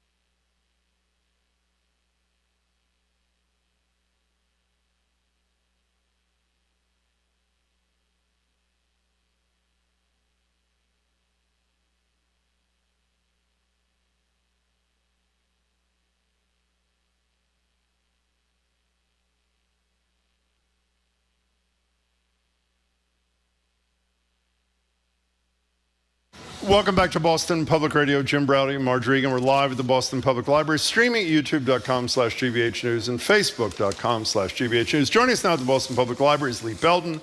Lee is the president and CEO of the Boston Foundation, previously served as the 12th president of Emerson College, also a member of GBH's Board of Trustees. We're particularly excited he's here today. He's just back from Burning Man. We can't wait to hear how that went for you.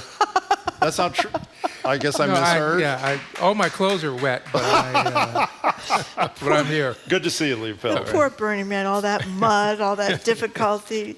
Okay, so we have talked, I think, endlessly for the last, couple of years about the really tragic situation at Mass and Cass. The people have mental health issues, they have drug issues, there are violence issues there, and there are the neighbors that are beside themselves because they are, some of them anyway, are very nervous about the conditions down there. You have some thoughts on what we should be doing? Well, first of all, I think that the mayor and her team are doing the best that they can do under really impossible circumstances. We are, and this is relative, we are, our issue here is relatively small, rather, related to other large metropolitan areas. You take, San Francisco or LA, of course, or even San Diego, those places, or Portland, Oregon. They have a really serious problem. But the population here is somewhat definable, but as you all know, the people who were in Mass and Cass on Wednesday are not necessarily the people who were in Mass and Cass on Sunday. So it's a moving target. Housing and transition housing is short, as is every form of housing in the city. So we need to make some investments in that way. I know that the Shattuck will be opening up at some point, I think 400 beds, and there are plans, of course, to repair the bridge. That's 4 or 5 years. That's 4 or 5 years down the road. Repair the bridge and open up space there, which I think is 800 transitional beds. You know, one of the things Marjorie and I talk about, and I'm embarrassed to say we talk about it more off air than on air, is while I'm sure I speak for Marjorie, that our primary concern about Mass and Cass is with people who are in pain, as I hope everybody feels. The people who get such short shrift here, though, are people who've owned businesses in that community forever, who are really on the short end of the stick. People who live in the neighborhood, if you're a small business owner or you're an individual in the community, you're sort of branded as somebody who doesn't give a damn about people suffering from addiction or people who are poor and that sort of thing. So it seems to me that's got to be part of the mix rather than this being seen as an adversarial. Well, the Great Boston kind of Food Bank has to spend endless amounts That's of a money great on point for security down there. right. Heaven knows they're not point. exactly a high-rolling Goldman Sachs or something. Well, I think the mayor recognizes that, in getting rid of the encampments and moving them elsewhere. It's a way to support those neighborhoods and the small businesses and the communities that are directly impacted by what goes on there. And as you know, I mean, there's crime, there is all sorts of health issues, emergencies, and so on and so forth that take place in that environment. What do you think? One of the other things, talk about division beyond business and residents on one side, unfortunately, and people suffering on the other side, is the 4 more conservative members of the city council said that the mayor should declare a state of emergency, and I believe the statement was just sort of like a gimmick kind of thing.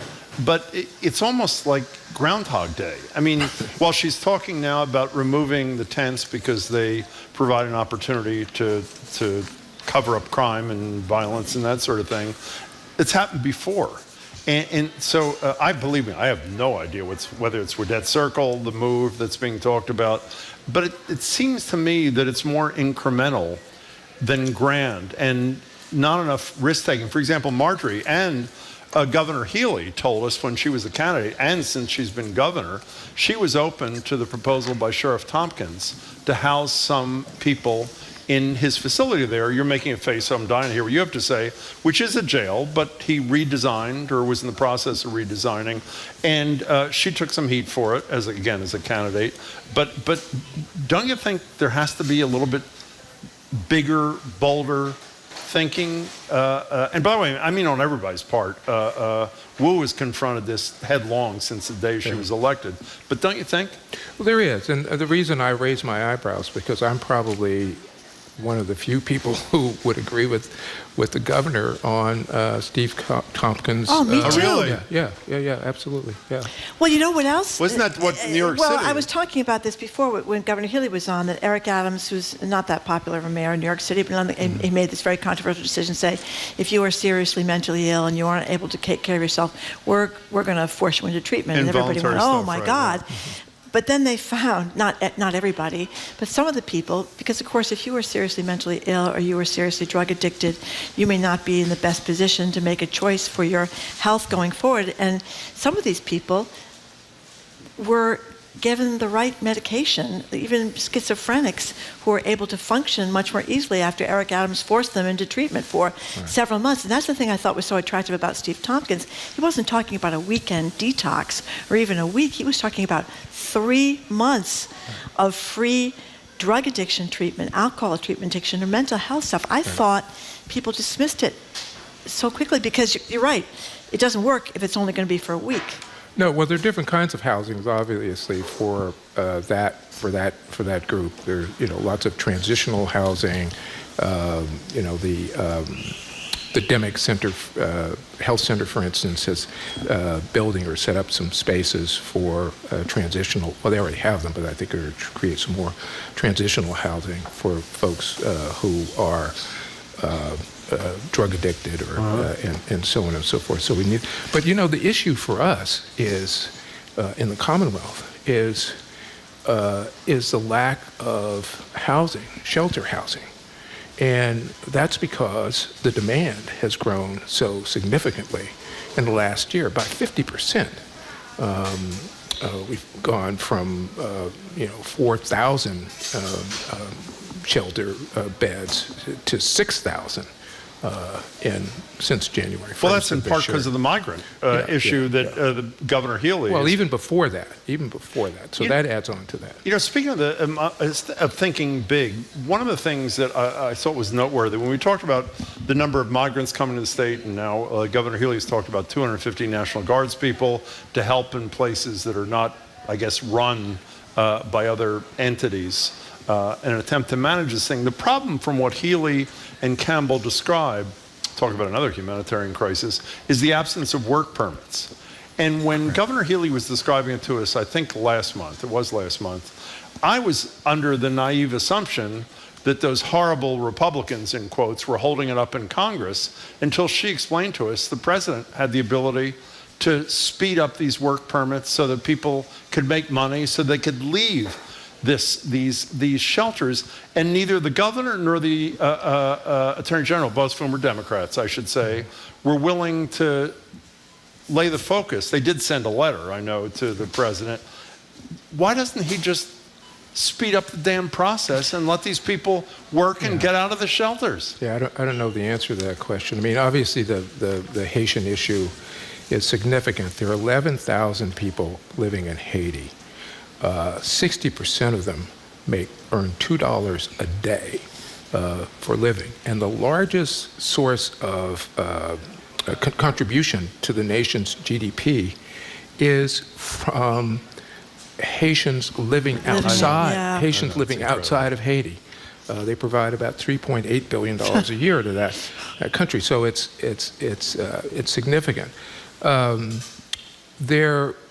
Maybe all of us are aware of this, but there is a fairly new immigration policy that allows the U.S. to admit 30,000 immigrants refugees from 4 countries, Haiti, Cuba, Venezuela, Nicaragua, every month. And so that's creating quite a backlog. And what our congressional folks have asked for is that when those folks are paroled, as it were, when they cross the border, give them a work permit then. Not 3 months later. But it seems to me I don't mean to beat this horse to death, so I'll stop beating it after this. We criticize Republicans every day for not having the courage to stand up to a likely felonious former president who should probably be in jail rather than in the White House.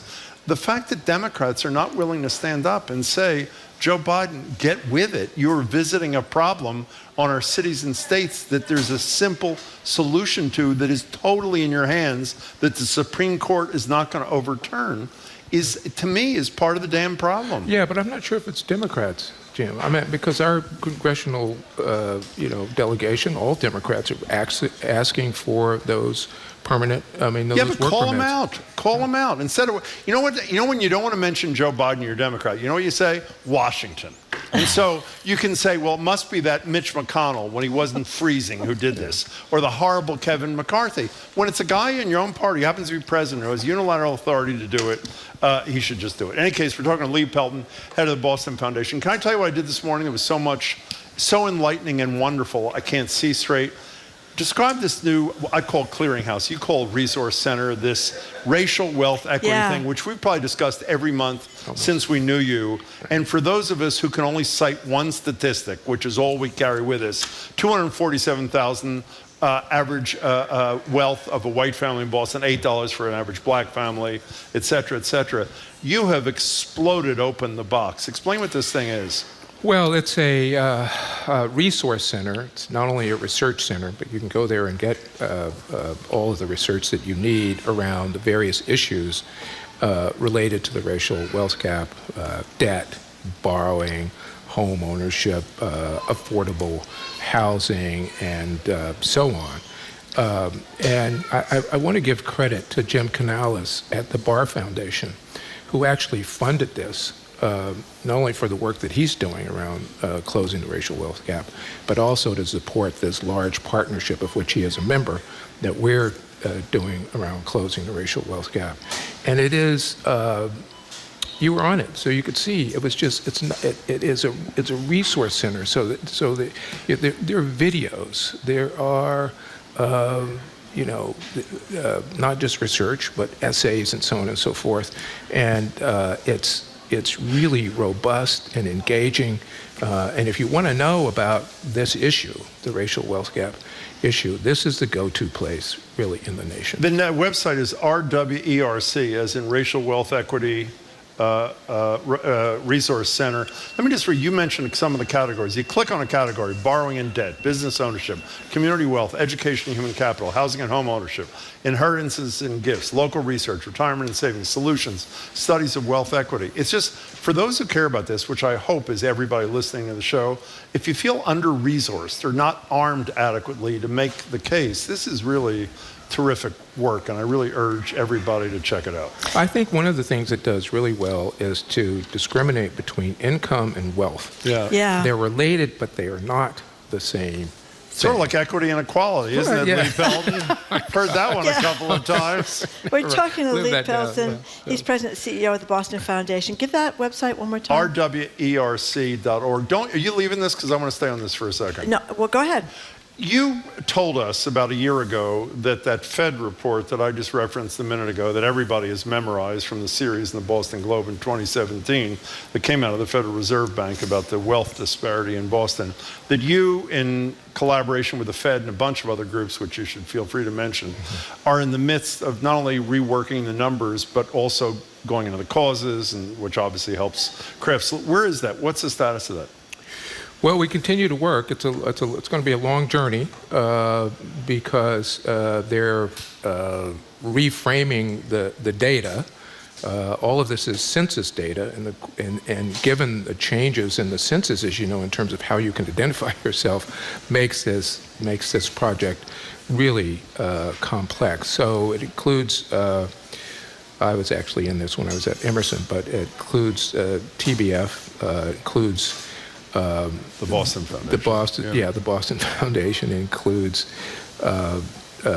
Jim Canales at Barr. It includes Jim Rooney and Carolyn Crockett at the Chamber, and it includes Eastern Bank. So I think the four of us are funding the refresh of this, but we're probably at least 2 years away, maybe 3 years away from finalizing it. Do you think people are, last thing on equity, at least from me, everybody talks a good game. I mean, for example, one of the questions, whenever Michael Curry is here from the National Board of the NAACP, head of the League of Community Health Centers, he's the one who led the effort to put together this health equity compact with dozens of leaders of color from the healthcare community. They put together this report, they're putting together legislation, that sort of stuff. You didn't even know this. I'm going to tell you this. I woke up this morning to read Lisa Kaczynski's thing on Politico. You know what the single least effective legislature in America was in 2022? Ours, yeah. Do you think you're only half smiling? He must have a bill before the legislature, so he's a little bit nervous. Do people take this equity stuff? I don't mean insiders who are doing the work. Do real people who could make a difference take this seriously, or is it just I hope service? So. We'll see. I mean, I'm in your camp with the, I don't get it. It's, we have supermajority. It seems like we could get stuff done. And I mean, all Democrats. All Democrats, yeah. We don't. We don't. Yeah, they have a very difficult time doing anything except extending taking a 5-month vacation. Yeah, or electing them to be leaders for life like they've done now. There's no term limits. I can't believe they did that one. Of course, and there's no transparency, or very little, I should say, up at the State Other House. than that, they do. Yeah, other than that, work. they're fine. But I want to ask you what you said. So many people are very upset about the Supreme Court's decision on affirmative action. You wrote a piece a couple of weeks ago for the Globe talking about the future for kids after this affirmative action ruling. So what'd you say? I said a lot. But I think principally I said, the headline, unfortunately, in the magazine was, "This is a disaster." It's not a disaster. Boston Globe magazine. Boston Globe magazine, I'm sorry. It's not a disaster because there's still work that, that we can do, meaning colleges and universities. I think that the essay will become even more important in the future than it is today, because according, Chief Justice Roberts said, you could nothing prohibits a student from writing about their racial experiences as long as those experiences don't become a proxy for what we were just found illegal.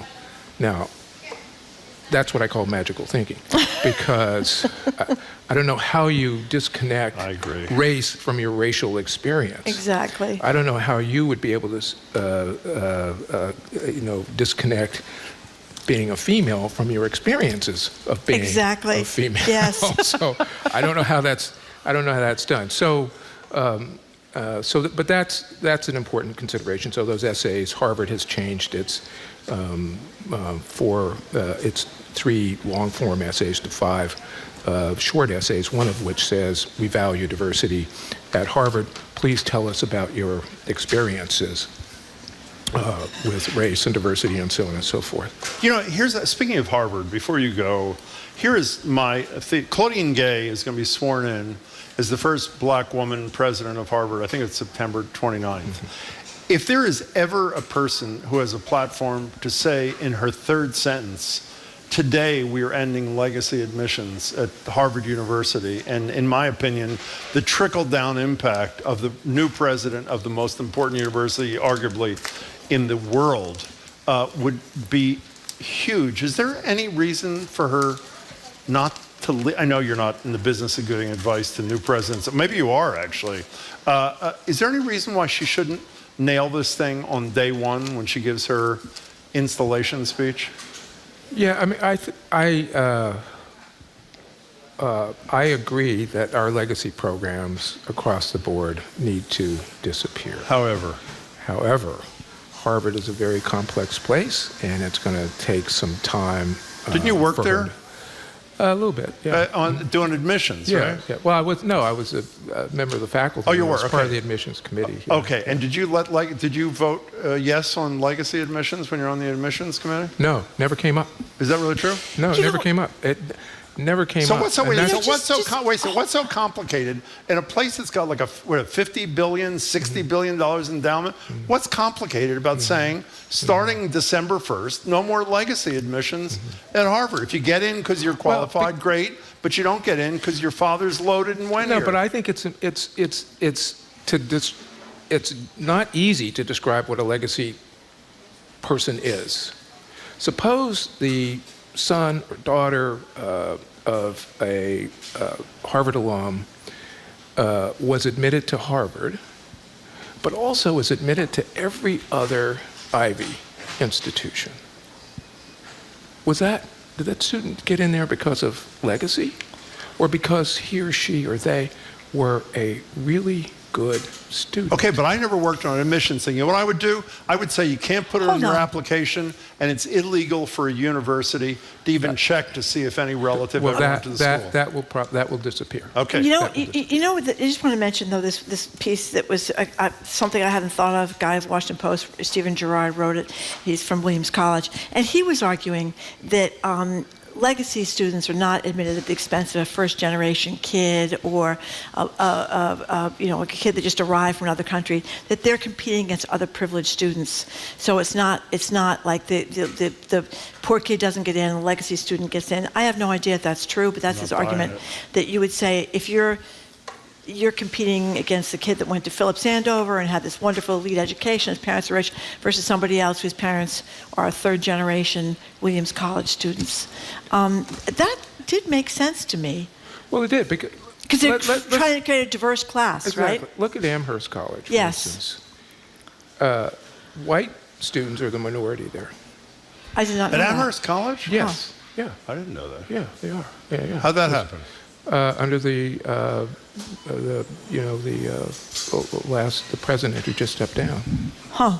Yeah. So do you think that legacy argument makes sense? That it's privilege versus privilege with lots of legacy history versus it's not privilege versus first generation kid?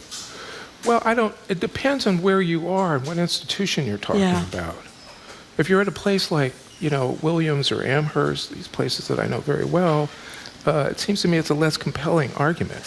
And the diversity at Harvard has increased substantially over the last 10, 15 years, probably more so than probably more so than any of the Ivies. I would In some guess. part due to the reviled Larry Summers, by the way. And is that not true? Well, I'm sorry? Is that the diversity of Harvard is in part a function of the behavior of a man who most people love to hate, Larry Summers. Is that not fair? I don't know. Well, but hold on, I just want to persist for one more second. So, are you saying that maybe at, say, UMass Amherst or something, or a school that needed a lot of money, which Amherst and Williams don't, presumably, or certainly not Harvard, so that the legacy would matter more because you have generations of kids who become wealthy who might support like X school that really needs the money, which is one of the legacy arguments that people are more generous when they've had 3 and 4 generations going there. So it could help those schools. It could help those schools. Yeah. I'll tell you, there are a whole group of graduates of color at these places. Who've made a lot of money. And whose kids now That's right. are, interested in going to these places, and they're saying, whoa, you're changing the rules on me and my family. But that's a really small minority in the legacy community, is it not? It is. Okay. But it is. But Lee Pelton. If you're one of those, it doesn't feel like a small issue to you, though.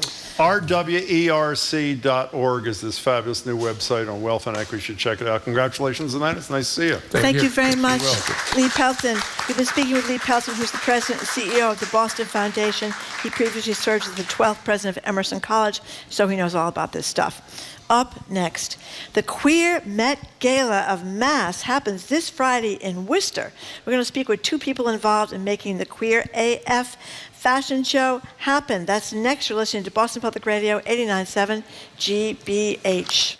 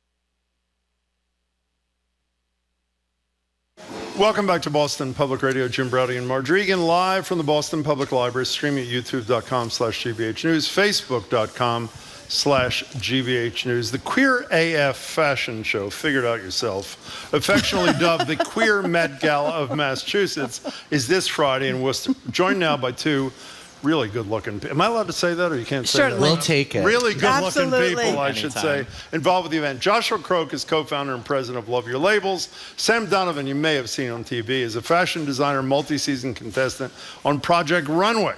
Josh is co-chair of the Queer AF Planning Committee. Sam's a featured designer in addition to being a fashion educator for Threads, the youth fashion and identity development program operating under the Love Your Labels umbrella. Josh and Sam, it's great to have you both. Thanks so much for being here. Yeah, Thanks for having us. Thank you both for coming in. So tell everybody, what is going on?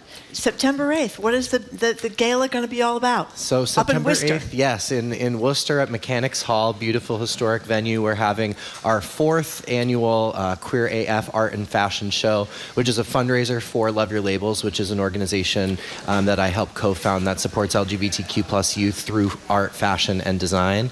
And so this is a big event about celebrating queer joy, uplifting our young people. Sam has been a designer in the show and is also, as you mentioned, Jim, fashion educator for our Threads Youth Fashion Program. So we have fashion, we have drag, we have music, dance, comedy, a little bit of everything. One of the things I love is the modeling part of this. Oh, yeah, tell us about this, because I think to get invited to be a model, especially if you're younger, is like a big deal. It usually only happens to spectacularly good-looking people with unbelievably great bodies. What are you doing up there?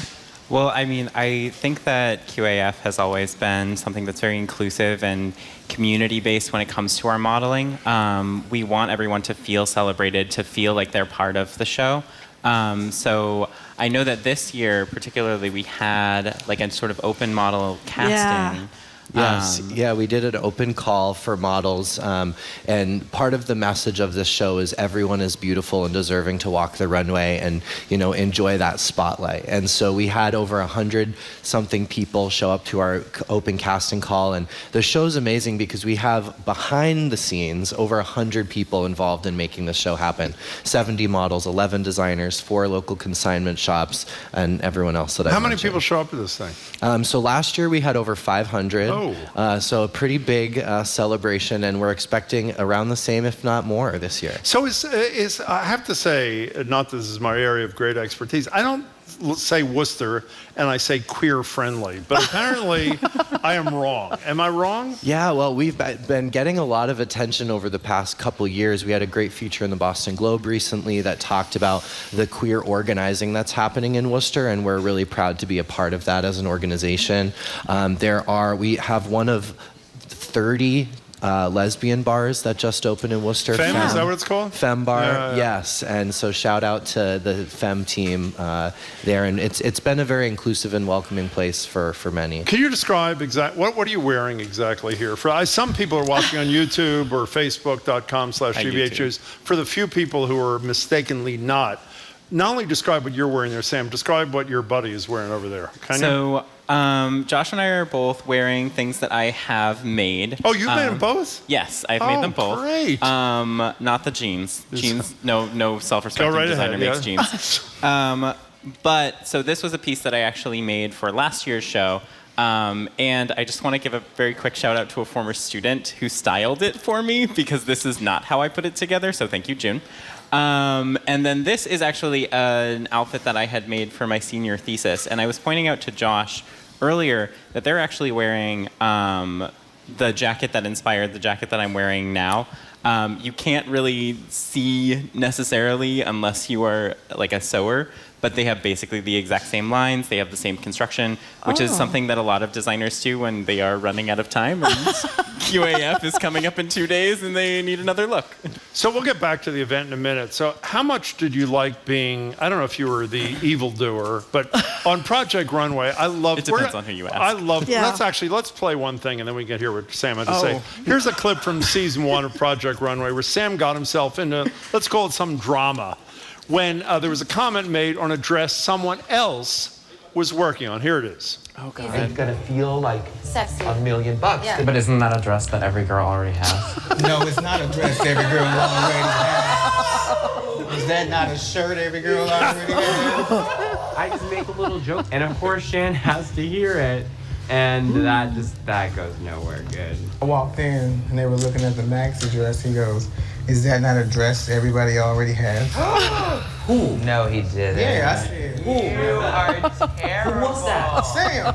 Okay, so Sam is the one who said it's not a dress I'm sorry, but isn't that a dress that every girl already has? Did you get off on the fact that you were in the middle of all these things? I think you did, didn't you? I stand by it. It was an ugly dress that a lot of people already had. And Shan didn't make that dress, so I don't know why he got so bothered by it. But Shan Keith, wonderful designer, based out of, I think, St. Louis. I thought should have won our season initially, I just want to say. But yeah, I mean, when you go on a TV show like Project Runway, and it's been long enough that I can say this, it says in your contract, if you don't make good TV, we'll cut you. Yeah. So I was very well aware of that as someone who had grown up on reality television. I could read, so I knew what they were saying. So what you're saying is you're not really an a-hole. You're just playing the part. Is that what you're saying? It really depends on who you ask and the time of day. But it's kind of like, I think it was kind of like Housewives of New York or Beverly Hills, whatever it is. I mean, there has to be this kind of drama among the Healthy people on tension. the show, right? I mean, that's part of what they mean by good TV. Absolutely. They don't want everybody to be sitting around kumbaya and this swell, we're all wonderful. That's not very much fun, actually. As they have said a million times, if you just wanted to watch Project Runway in its purest essence, you would have like 10 people sitting in a room quietly sewing and sweating, you know, Exactly. like, and that's not very entertaining. So having those conversations, you know, sort of throwing a little bit of shade never hurts. I was a big fan of RuPaul's Drag Race at the time, so I was really modeling a lot of my on-screen behavior off of the queens. And who we have featured in the show this year. A couple That's queens. true. At the thing on Friday? Yeah, we have former RuPaul drag stars Mariah Balenciaga and Jackie Cox. You know, it seems to me that that what you're doing, and this is directed at you, Josh, is important in any year. It's doubly important because of the sick sadists, people like DeSantis, who we talk about all the time. When there's this environment and kids are growing up, and even if they're lucky enough to be in a safe place in Massachusetts, they obviously hear the news, they read the news, they read that so many people in power are out to get them and take away their... It means even more now, does it not? It does, and we're not immune to what we're seeing across the country right now either. Bishop McManus in the Worcester Diocese recently released some anti-LGBT legislation that said kids could not say that they were LGBT, they couldn't wear anything that didn't align with their assigned sex at birth, which is just like a wild question mark as to what that means. And these young people could face expulsion. So Love Your Labels and some other organizations in our community wrote a petition opposing that those policies and have asked folks to stand up and against the bishop's policies. He has not rescinded them or removed them yet, but there has been a lot of community-based activism in Worcester specifically standing up to... By the way, well, I think that's important to mention. We should mention McManus because he's been one of the worst in terms of the clergy sex abuse Well, he crisis refuses and to disclose the names of the priests. Yes, so I don't know where he gets off talking about any kind of protection of children when he has been, I would say, abysmal in terms of trying to do something about the sex abuse crisis. Can you talk for a minute or two in that spirit there, Josh? Can you talk a little bit more about some of the charities that are, or the entities, the business, the nonprofits that'll benefit from Friday night? Yes, absolutely. So Love Your Labels, it's our biggest fundraiser. It supports our Threads youth fashion design program. We also work with a lot of other organizations in our community like Safe Homes, which provides counseling and support for LGBTQ plus people. We're also uplifting and supporting a lot of our queer-owned businesses like FEM, the MB Lounge, the Woo Bar. There's a great list of folks that are involved in and supporting the show this year. Is there a website for this thing? There is, yes. What is it? Folks can go to queeraf.org for ticket information. If you want to be a model next year, there's information on getting involved, and we're really thrilled to You know, I just have to do it as an aside here. I'm mesmerized by your eyeshadow here. Oh, now, thank you have blue eyeshadow on. What color eyes do you have? They change, but they're bluish. Yeah, they're bluish. Yeah. It looks wonderful. I think I have blue eyes. Maybe I should change my life with some blue eyeshadow. Blue eyeshadow. Absolutely. We love the loud eyeshadow. Absolutely. It looks absolutely great. Sam, I wanted to ask you, how'd you wind up on Project Runway? How'd that happen? Oh my God. So, funny story. I failed out of college, like a lot. And Oh, yeah. Must make your family very happy. oh, they're thrilled. So my senior year of college, I was not in a great mental health space. There was a lot of stuff going on that I really should have just removed myself from school. But one of the things that you sort of had to meet in order to show at panel, there's this like beautiful industry panel that they do at Parsons. It's a really incredible opportunity. I did not meet those requirements. And it just so happened on the day that my panel was supposed to be, there was an open call for Project Runway. And it felt like such a, I can't think of the word, serendipitous moment. That's a good word. Thank you. That I went in and they basically told me, why would you wheel your cart in with a pair of sweatpants being the first thing that we see, and gave me a lot of good advice to come back. They asked me to come back and apply again. And yeah, just well, sort since of- we're talking about, we had Tim Gunn on the show a couple of years ago, and he was doing some fun. My baby. He was. I was just going to say, he appeared to be incredibly kind and good. Is he in real life or not? Tim Gunn is like, you know how they like say like don't meet your heroes. Like Tim Gunn is the exception that makes that rule. Oh, that's like pretty great. I'm like slightly tearing up talking about it, but he to have grown up watching Project Runway, and Project Runway was really how I was introduced to fashion, which kind of gave me an outlet as a young queer person. That's pretty so great. to meet him and for him to be so wonderful, and we've had lunch a couple of times, and he's just such a light in this world and has fantastic taste in champagne. Was Heidi Klum one of your heroes too? Less so. Okay. What was the champagne? You know what? It was good. I don't Good really champagne, remember. okay, I okay. feel like if you remember the kind of champagne that you had, then you didn't have enough, right? Oh, okay. That's very good to remember. It's very good to remember. So if people want to get involved, what do they do?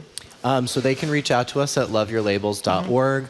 We have a lot of different programs. As we mentioned briefly, our Threads Youth Fashion program uses fashion design education paired with identity development, group dynamics work, supporting the young people, and brings them together in a space for learning, like creating a piece, talking about expression, talking about gender, talking about sexuality through the creative lens of fashion. And Sam is our fashion educator for that. And then we also work with a team of folks that come in and really work with the kids to talk about resilience building and just, unfortunately, the realities of living in, today's world. Yeah. And so that's one of our programs. We also do a drag story time with Redemption Rock Brewing in Worcester pretty regularly. So there's a lot of different ways to get involved, and we are increasing our advocacy work considering the climate of the country now and things that we're dealing with at home, like the bishop. Before you go away, we should have asked you this when we introduced you. I am a galaxy is the motto. Is that the proper term? So that's our theme this year. Theme. So What does that mean? A la Met Gala, we bring a theme to folks to help inspire their look on the runway, but also keep it open. And I Am a Galaxy was really a way to just acknowledge that we are this infinite being that can really just be and express however we want. So I think it's terrific what you're doing. I mean, it's really great. We wish you a lot of luck on Friday. Give the website one more time. queeraf.org. Queeraf.org. It's great to see you both. Thanks. Congratulations. I hope it goes fantastically for you Thank both. you. Thank you very, very much for coming in and looking so spectacular. Thanks for having us. We've been speaking with Joshua Crow, co-founder and president of Love Your Labels, and Sam Donovan, a fashion designer and multi-season contestant on the fantastic Project Runway. They are both involved in this Friday's Queer AF fashion show that is up in Worcester. Give the website one more time. queeraf.org. Queeraf.org. And by the way, when Sam just said when he's back next time, he'll tell us the real story about Heidi Klum. So you look forward to that next. You will, Okay. right? Absolutely. Coming up, we're going to talk to CNN's chief national correspondent, John King. You're listening to Boston Public Radio, 89.7 GBH. We are broadcasting live from the Boston Public Library and streaming at youtube.com/GBH News and facebook.com/GBH News.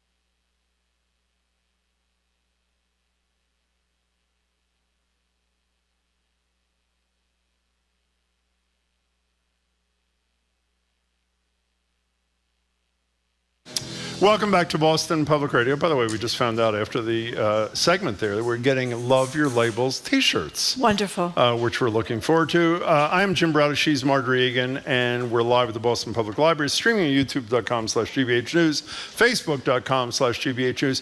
When I was on vacation, I do follow the news during vacation. Marjorie totally separates himself. I was tempted to call this guy on the phone almost every day. John King? John King. Really? And I restrained myself, but he's finally here on Zoom, CNN's chief national correspondent. John, welcome to fall or whatever it is. Good to see you. It's great to see you too. Two quick things. Number one, Jim, you got to learn to enjoy your vacations. Number two, I am now adopting the champagne strategy Joshua and Sam just outlined. Remember the name, you haven't had enough. I like that. Yeah, that's a good one. That's a good one. You have to make sure, because sometimes you can get a bad hangover from champagne. You can. Water. I've heard that story over the years. But John, let me ask you, a lot of buzz about this latest Wall Street Journal poll that has a dead heat practically between former President Trump and President Biden. Jim is always, can't believe this is actually happening. I kind of think the state polls matter more. But anyway. Of course they do. What do you make of this latest poll? The state polls do matter more, whether we're talking about the Republican nomination or the general election. But, let me say but one more time. Look, everything we see before us now in September of 2023, tells us that the climate at the moment suggests, and there's a lot of time for this to change, and the next several months are absolutely critical to President Biden if he is going to change it. But as of now, you're looking at a climate where we're going to have yet again, like 2012 and 2016, a very competitive presidential election that 4 or 5, at most 6 states will decide. And that it's possible that yet again, for a third presidential cycle in a row, roughly 100,000 votes in 3 or 4 states in a country of 320 million people will decide who the next president is. That's just the way it shapes up at the moment. Forget the candidates for a minute. That's just the way our politics shape up at the moment. We are so polarized. There are locked-in blue states, there are locked-in red states, and there are really 6 at a maximum of 8 battleground states that decide the presidency, that decide the United States Senate. And let's see if anything changes between now and next fall. But that's a smart analysis, that we are heading in for another incredibly close election where 3 or 4 states will settle it. You know, John, I'm sure I've asked this question before, but why not ask you again? The thing that troubles me most about this 46 to 46 poll, I know it's only a snapshot in time, I know states matter more, is that half of the population of the United States has said it's okay to have, not only okay, it is preferable to have a credibly accused felon, multiple felon, an insurrectionist, as the President of the United States. Marjorie will say, well, a lot of them don't believe it. Convicted sex abuser. Well, no, he wasn't convicted. He found libel. He found wasn't libel. criminally. Well, okay, so it's not criminal, it's but not nothing. I agree. It's a decision. So whether they believe it or they don't believe it because they watch Fox News, my biggest worry, it's hard to rate them, is less what happens in 2024 and more about whether or not this anti-democratic, pro-corruption, pro-insurrection sentiment survives Donald Trump. I know it's all speculative, but do you think this is only a Trumpian thing, or it goes do we return to semi-normalcy someday or no? I think part of the Republican primary campaign this year, at the moment, no one has emerged to beat Donald Trump. Somebody could still, again, it's a long shot, incredibly long shot. Long shot does not do justice to the odds of trying to beat Donald Trump from the formidable position he is in right now. But there's time on the calendar. There are 4 trials, allegedly, on the calendar next year, so we will see how that plays out. But I do think, Jim, if, let's say, Ramaswamy, for example, Trump wins the nomination, but Ramaswamy does very well. Is that a signal that that's the next generation of Trumpism in the Republican Party? He's someone to keep an eye on there. So watch this year's Republican primary and also watch next year's primaries for House and Senate campaigns and see what the Republican Party does in these other races. If below Trump, they're still making Trump-like decisions, mega agenda decisions. That's one piece of it. So I would argue that's the next 2, 4, 6 years of American life. We will get some clues in the presidential primary campaign and then in next year's congressional, governors, and Senate primaries. Here's the next question. There are generational changes coming in America. A Democratic strategist, Doug Sosnick, wrote a memo recently. There's a reason that white Republican politicians in their 70s around the country are trying to restrict abortion rights, restrict transgender rights, restrict voting rights, because they're good at math. Gen Z, the millennials, they're coming up. The baby boomers and the greatest generation are fading in voting power. So when the next generation, my older children, when their generation is the majority or the plurality of American voters, right now they lean Democratic. Do they stay that way? So there's a short-term question you have there, Jim, a 2, 4, 6, 8-year question. Then I think there's a 10 to 15-year question that has yet to be settled. So you have two big tug of wars at once. By the way, that last point about generational change is the point that David Hogg from Parkland has made to us about when we'll finally get serious gun reform is when a lot of older voters die out. We're talking to John King from CNN. But, it is interesting how Democrats, the Republicans did it too with Trump last time around 2006. Well, previous to the last time around 2016 when he ran against Hillary Clinton. He was the most unpopular candidate ever, followed by Hillary Clinton, second most unpopular. You have all these Democrats complaining that Biden is too old to run again. They don't seem to be concerned in either party about Trump being too old, even though he's close. But the message is going out from Democrats over and over and over again that Biden's too old, and yet there seems to be no reaction to that. He's the guy. He's absolutely the guy. End of story, I think.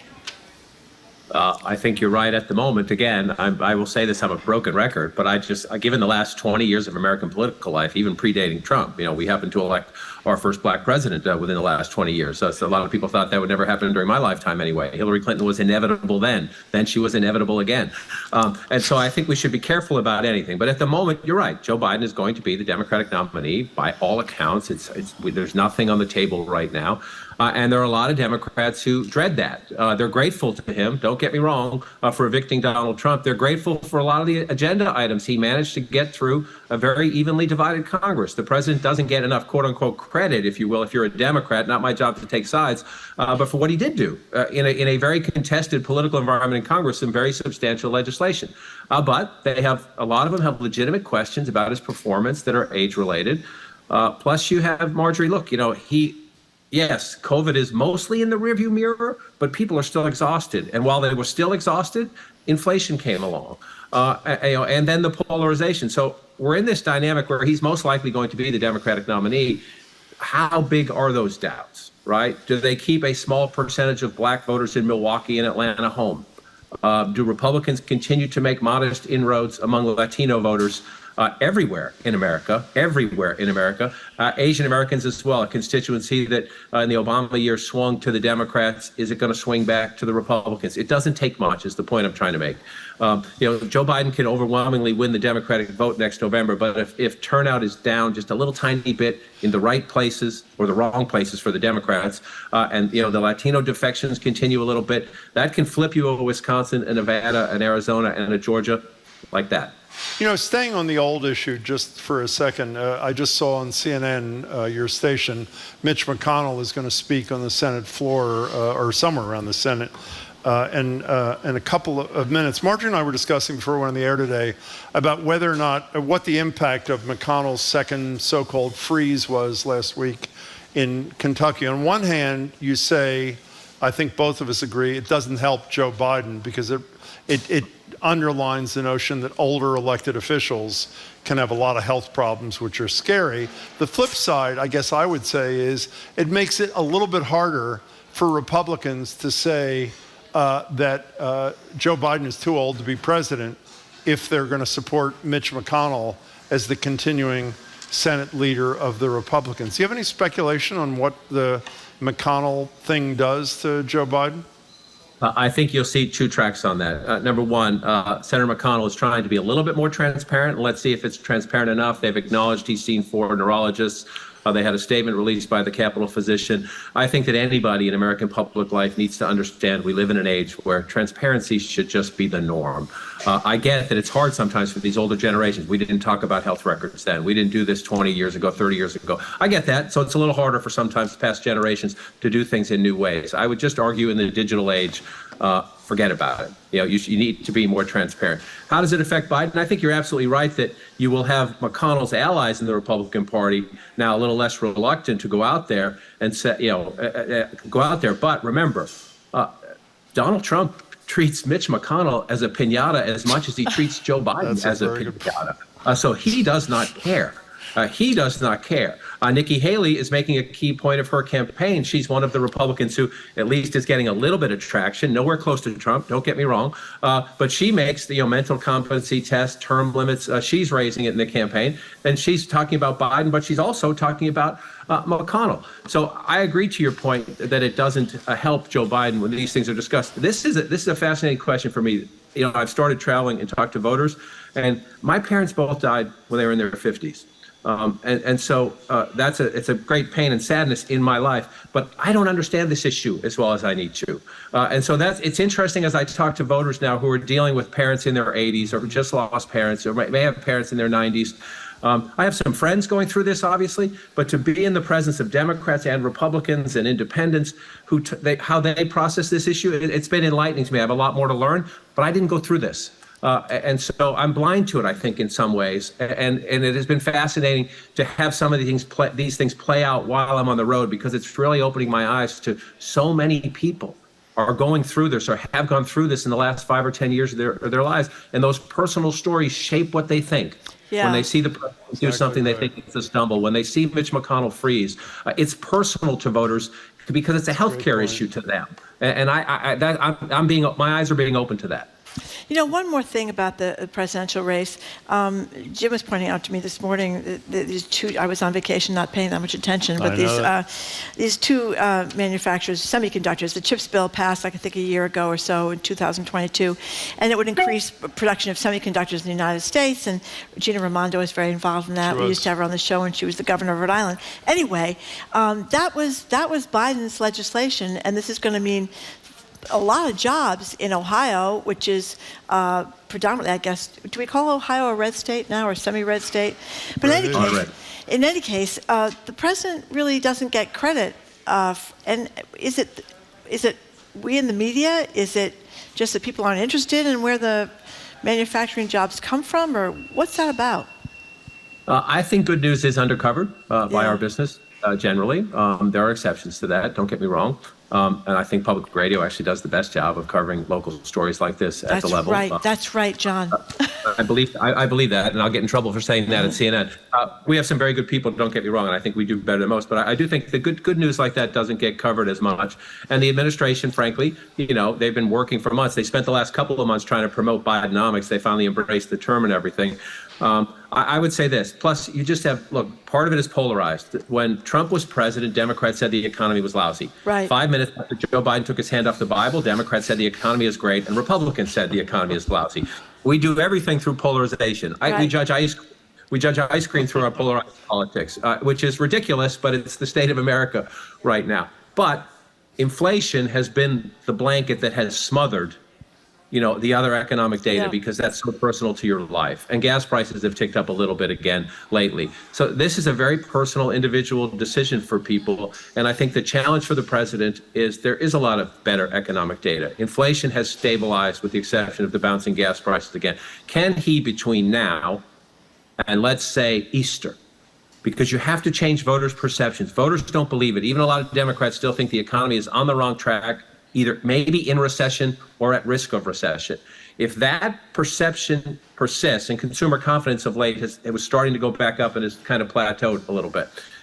These numbers, they're important now. If you're the president of the United States, you're an incumbent, whether you're a Democrat or a Republican trying to win re-election, how they are late spring, Easter, maybe a little bit past that, Biden has to turn them around by then. If he doesn't turn them around by then we're back to where we began. In a very close election where 3 or 4 states and 75,000 to 100,000 votes are going to decide our president. Yeah, but the problem they face, which I know is no news to you, is it seems to me that they so carefully shepherd Biden and his public pronouncements and his press conferences because they're concerned he's going to screw up something, that they don't give him the freedom, or I shouldn't say when he's a president, give him, but he isn't as free as I think he needs to be to go market and sell that which he's done. So what do you do about that? Send out Kamala Harris? I mean, what do you do to who's your messenger?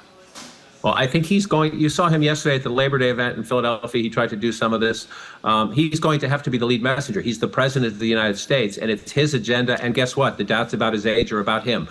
So, yes, you're going to have to see a more active, more nimble Joe Biden on the campaign trail. I think people who have doubts about his age are going to be watching for that. Now, is he going to be as active as his 50-something vice president? Of course not. I would argue this is a great opportunity for her, a politician who's faced a lot of criticism, a lot of it legitimate, some of it overhyped in my view. But here's an opportunity for her, because not only can she be out there as the saleswoman, she also could be, if she gets it right, critical to turning out the constituencies in the places that are key to the Democrats. Yes, he has to roll out his cabinet. Jim, this is how it works, right? Every campaign, you'll see the president's cabinet out everywhere. But I do think that his limitations, he keeps a very light schedule. That's just a fact. The White House bristles when you say it's because of his age. Okay, for whatever reason, he keeps a very light schedule. Someone trying to sell a product, any CEO you brought in there trying to sell a product, if it was flatlined at the moment, would say, we got to be more busy. We got to be more aggressive. We got to be more active. They're going to start to do this. If you watch the first football game is Thursday night, the NFL kicks off. They're trying to do it through their advertising. They're doing it through their digital targeting. But I think the CEO also has to make a strong case for the business. One last thing about him speaking. I mentioned this to Marjorie at the top of the show. I was going to say one of the most appalling things I've seen recently, but it's so hard to rate these things. The fact that Ron DeSantis chose not to join Joe Biden when Joe Biden traveled to Florida to give some comfort to people who have suffered horrible losses from the hurricane is about as low as he can get in American politics. I know DeSantis said he's worried about the disruptive effect that the president coming. I mean, just total BS. I know what kind of person you are. I don't want to put you on the spot. Does that not drive you nuts when there's an opportunity for two people who disagree on everything to show ordinary people that they both care about them in a serious way? I think those are very powerful images, and I think the only way to break the polarization is it'll probably take 1,000 or 10,000 of those kind of things, but I think someone needs to start somewhere. But again, it's only 10 years ago, 11 years ago in our history, when, somewhere around there, when Chris Christie hugged Barack Obama because President Obama came to New Jersey after Superstorm Sandy, and the governor was grateful. The governor was grateful that the people of his state, Democrats, Republicans, independents, tall, short, white, black, brown, whatever, got help from the federal government, and he hugged the President of the United States, and he took so much abuse for that in the Republican Party. Ron DeSantis remembers recent history. No, thank you. He was, by the way, he was criticized in the Republican debate a couple of weeks ago for being warm and thankful towards Obama for helping the people of Jersey. So John, a long shelf life. Shelf life. I'd say so. So John King, you are getting a chance to talk to voters all around the country, and I'm just wondering, in the few weeks you've been doing, I know you were in Iowa. I don't know where else you're headed, but what are you learning that kind of surprised you, or their predominant themes? And what are people talking about to you? So it's interesting. I read a lot of data, so some of the basic dynamics are not new to me. But when you sit in a room and you talk to people and you just feel it, you feel their personal story. There's nothing like you two are feet apart, right? You two, I've been talking to you guys for years, right? I have to come in the studio someday with you because, I love your conversations, and you two are very different, and yet you know how to talk to each other and give each other grief when you need to and support each other when you need to. Do you like Jim's beard? We're speaking a lot about Jim's beard today. Let's move on. Let's move on. No, being in a room and across the table and watching family members or coworkers interact with one another, I'm learning that a lot of people don't want to talk politics because it divides families, it divides relationships, it divides workplaces. And so getting them to relax and talk is one thing.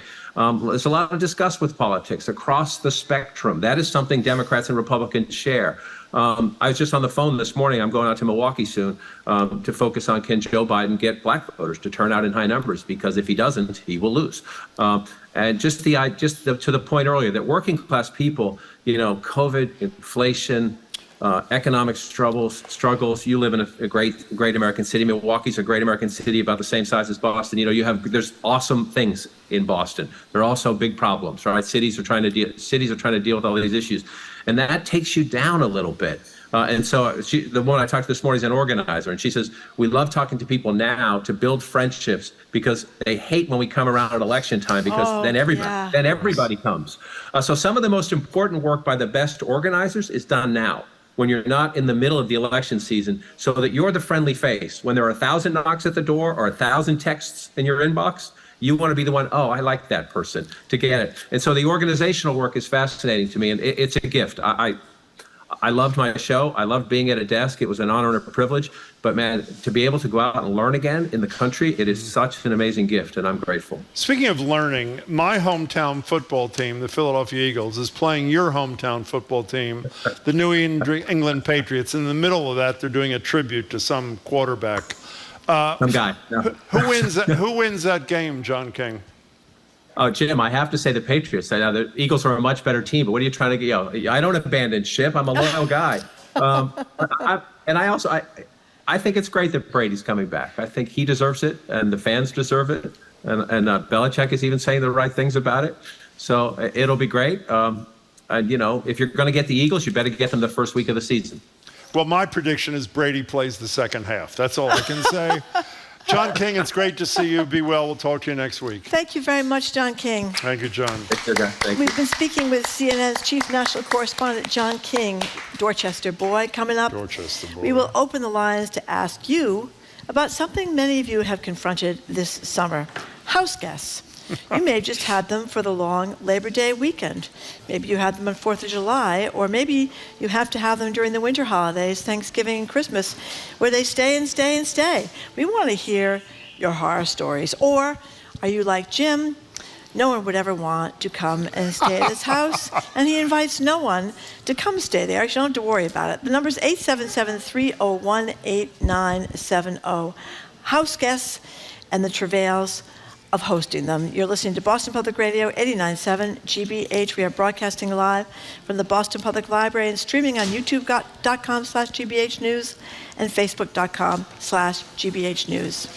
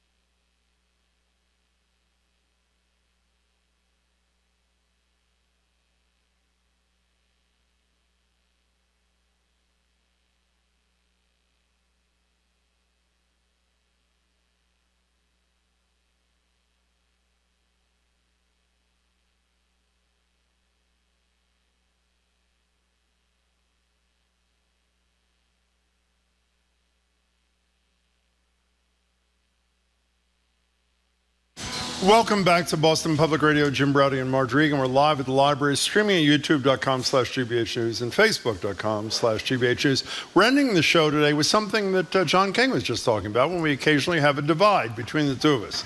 Marjorie and I have different philosophies about overnight guests. Marjorie is, how should I put this nicely, a pushover. She'll let anybody stay at her house, even if it's already full to bursting. You want to stay there, you can. Me, on the other hand... That's not totally true, Jim. That's close to true. Okay. Me, on the other hand, I will gladly help you find a motel of your choosing, and don't ask to hang out while you're here. I am busy. So we want to hear from you after this Labor Day weekend. What are your overnight guest rules, and what do you do when someone comes and overstays their welcome? The number is 877-301-8970. That's the call or text. By the way, the other side of the coin, if you're a house guest, what rules do you try to follow? Do you bring a gift? Do you wash the linens after you leave?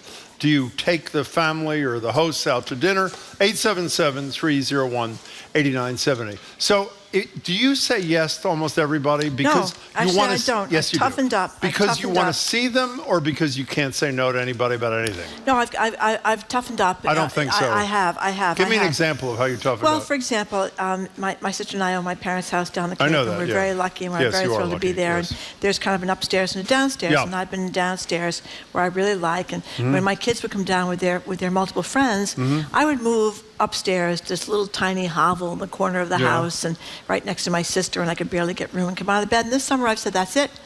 I'm not moving. I'm staying in my bedroom, and I think that was a bold move for me.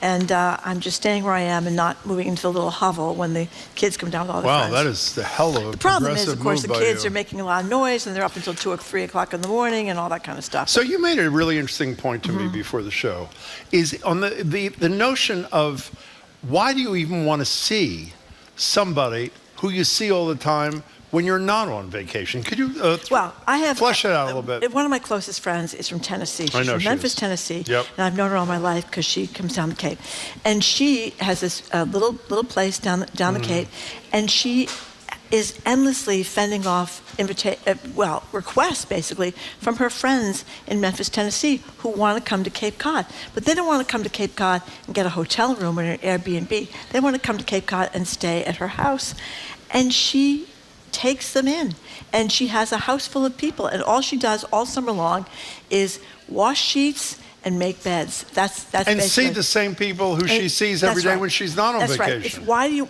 She said this, why can't I just see them in the winter in Tennessee when I have to see them on Cape Cod when I want to see my other friends down there? But there's a lot of that. There's a lot of that for friends who have places in Martha's Vineyard or in Nantucket, places you really like to go to, right? And you hope that they invite you to go.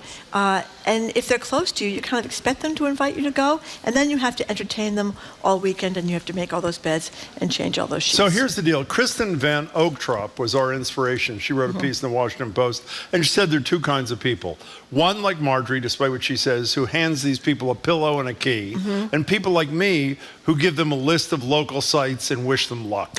That is the safer way to live. Yeah. 877-301-8970. Listen to this. We had our 2 grandkids for a month. An exclamation point. We are still recovering and have done nothing but go out to lunch and lounge in the pool on the weekends. The very good grandparents there to do that for a month. And this was our first, this is another texter, this was our first summer owning a house in P-Town. We have replaced our summer bucket list with a list of summer rules. Rule 1, and most important, maximum 2-night stay.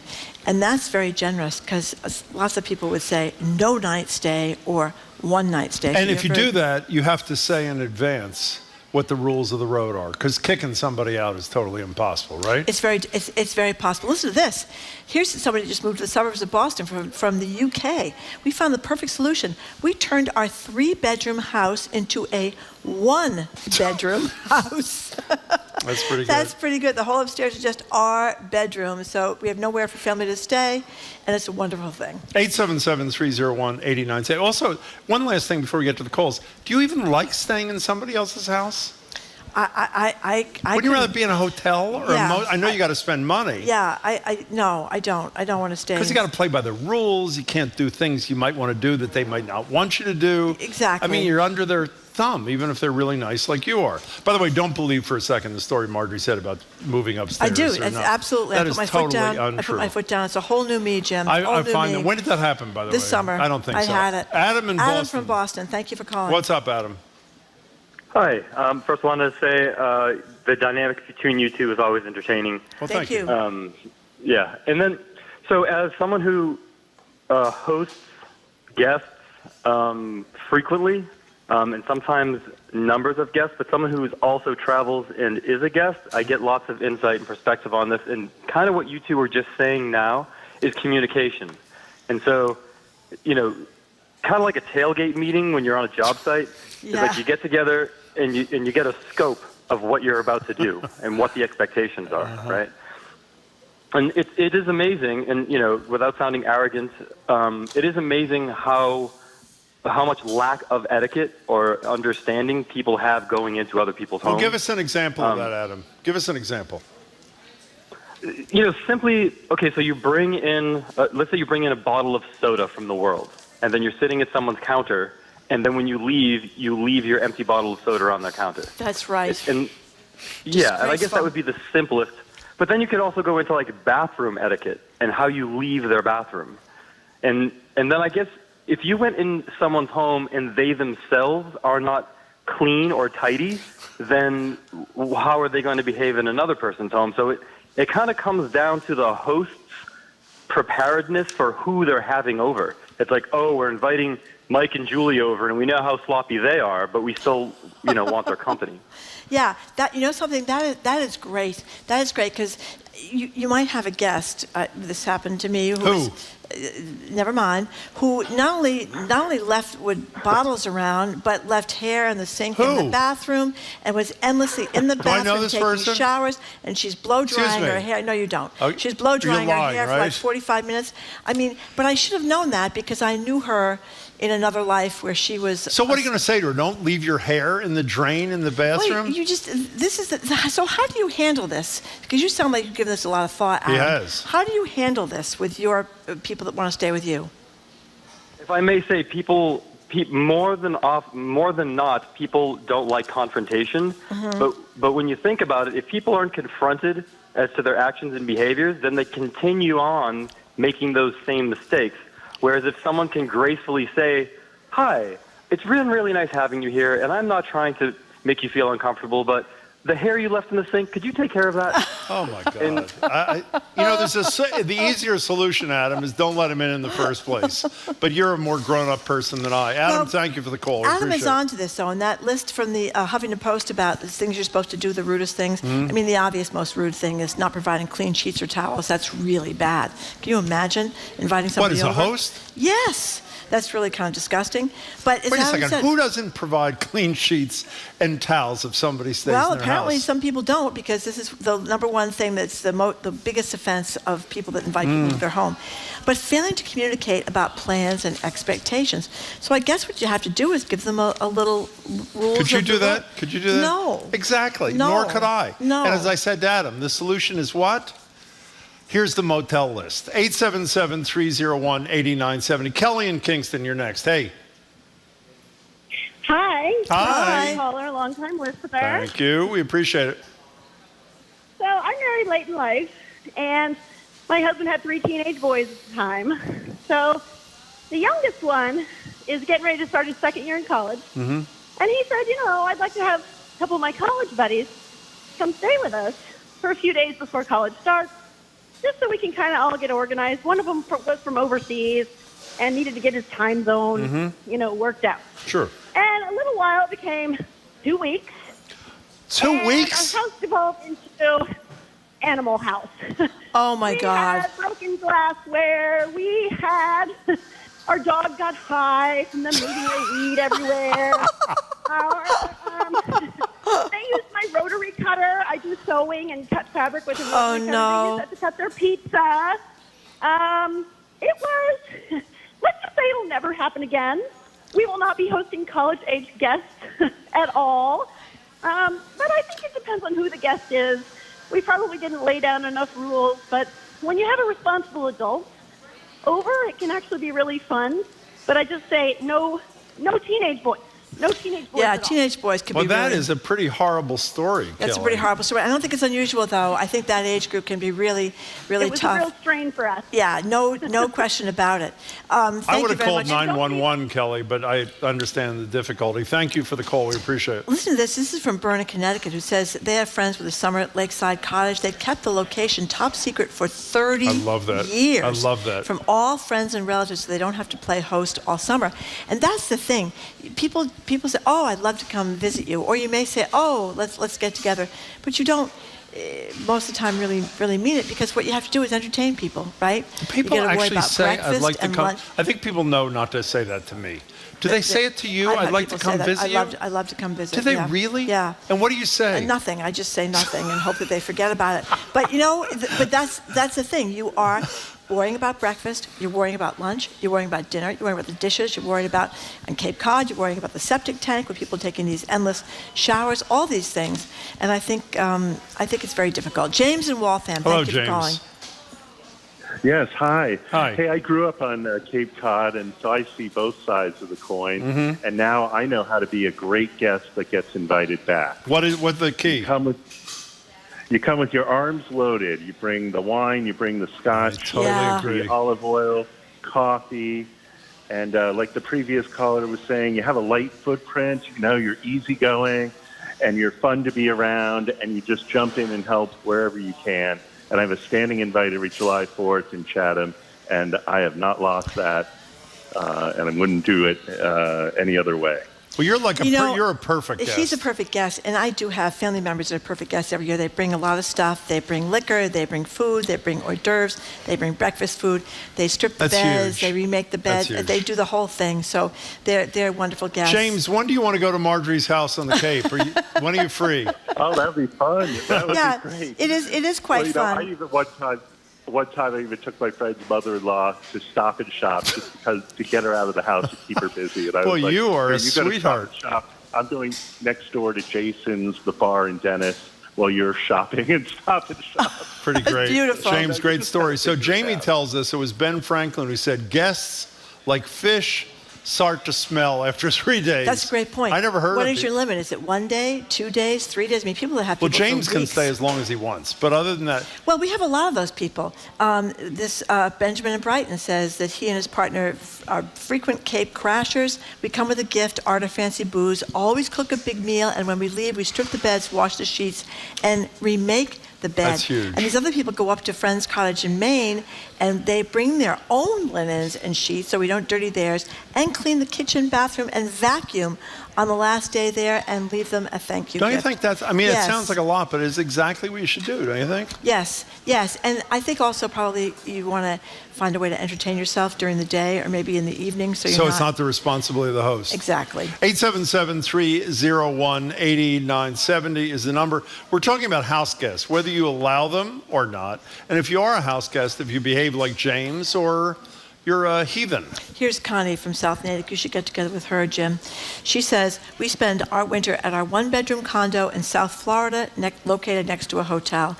Anyone is welcome for dinner, but beyond that, I just mentioned, there is a hotel next door. Well, also they have one-bedroom place. I mean, that's really Yeah. an advantage to a great degree. Well, they can have the pull-out The fold-out couch. which is hidden. They don't tell anybody about that. Do you think you're going to be tougher after this conversation or no? I don't know. We'll think about it. Did you really do what you said you did with the kids? You lied. I did. Did you really? One step at a time. Yeah. How'd your kids take it? They were fine. Were they really? Yeah, they were fine. Yeah. Well. Let's go to Madonna in West Roxbury. Hi, Madonna. Hey, Madonna. Hi, you guys. Hi. How are you doing? Good. Well, I have to side with Jim on this one, Marjorie. I apologize. When I visit friends from out of town, I invite them to Boston, tell them I'll host them, we'll have a great time. And I have a small house, and there's a hotel nearby. And how do they take that? Are they offended, Madonna? Well, Jim, none of them have come, so I don't know. Well, I guess that answers the question, doesn't it? Well, that's a pretty good answer there, Madonna. Thank you for the call. We appreciate it. 877-301-8970. We actually have someone who was invited to stay at a friend's house, and the bedroom was where the dog slept, and the bed was covered with dog hair and dog fur. Well, that's a real problem. Yeah, that don't could you be a think? message I think that's not to come exactly. back It's a message. again. Yeah, that would be bad. Well, if it's covered with dog something else, I think that's the ultimate message, don't Yeah. you think? Yeah. Here's I do the Larry David approach. MAGA hats and Trump flags. That's Joel from That's Connecticut. actually pretty brilliant. Lots of people say they bring presents and cook the meals and clean at friends' houses so they can get But don't you invited think back. that's the minimum you should be doing? I mean, not only is it an act of civility and friendship, but you're also saving likely hundreds and hundreds and hundreds of dollars, right? Yes, So you by still not come out better That's than right. you went in. That's kind of right. thing. That's right. Let's go to Miriam on the Cape, actually. Welcome. Hi. Hi. So we bought a house 9 years ago. We have 3 daughters, 3 and 7 grandchildren. Oh, Miriam, we're losing you. Don't go. We're going to put you on hold for a second. Your connection's rotten. Yeah, we'll we take wanna one hear call, about the 7 and then we'll go grandchildren. right back to you. So you're next. Stick around. Sue in Southbridge. Hi. Hi. Hi. I'm a first-time caller. Thank you. Love you both. Thank you. I have to agree with you, Jim, on this one. Good. When we were newlyweds, long time ago, Yeah. we had actually relatives that came to stay, and they just left when my husband got up for work and came home after we were in bed. Oh. And he said, see the door? Don't let it hit you in the as you leave. Well, I And guess they that never stayed sends the again. message, don't you think? I think it did. And some other friends that came, they were friends from the service, and they stayed for weeks. Weeks. And they kept saying he was looking for a job and looking for a place to live. And finally, my husband went to work on payday and came home and handed him some money and said, I don't care where you go, but it's not here anymore. Love your husband. Wow. There is a direct human being. Sue, thank you for that call. See, give him a few bucks. That'll get him out the door, yeah? Weeks. She said weeks. Can you imagine that? Let's try Miriam. Well, with let's the talk about 7 you for 1 grandchildren second. again. Before we go back to Miriam for I 1 want to hear second. about the 7 If grandchildren. someone overstayed the deal, would you have the courage to go to them and say it's really time to I don't leave? know. It's never happened. I But think it's really hard. I blame it on my sister. So my That's a sister good- says you have to go. That's what I do. I like that. Miriam, Yeah. we're going to try again. Hope the connection's better. Welcome. It's not. Can you hear me? Oh, Yes, whoa, now yeah. we can, yes. Okay, great. So we left off at 7 grandchildren. Right? Yes. And this August we had up to 16 people and staying at our house at one time. Oh God. And they and I enjoy it. I enjoy seeing the grandchildren. That's where they interact. That's where they get to see their cousins. So it's lovely. But it is a lot of work. It's constant laundry. It's constant dishwasher. It's constant meals. But they all are making wonderful memories. Boy, you are such a Okay, better Miriam. person than Now, I am, here's the Miriam. question. No, God. here's the question. Do you get help from your children and their spouses with the dishes and the meals and the laundry or not? A little bit. A little bit. But I do feel like most of it falls to me. Yeah, see, here's the problem. I'm like you, Miriam. It would be difficult for me to say, hey, you know, I don't want to be doing this all by myself. Difficult and then would you be end impossible. Up, yeah. So I think, do we need therapy about this, or why can't we ask our children who are getting a free vacation or the grandchildren to assist? What's wrong with us, Miriam? I don't know, but I agree with you. I wish I could ask for more help, but I don't want to keep them from coming. I want them to keep coming to the house. That's well, right. That's beautifully put. We're Thank you, black. Miriam. We'll end this with Callie Crossley.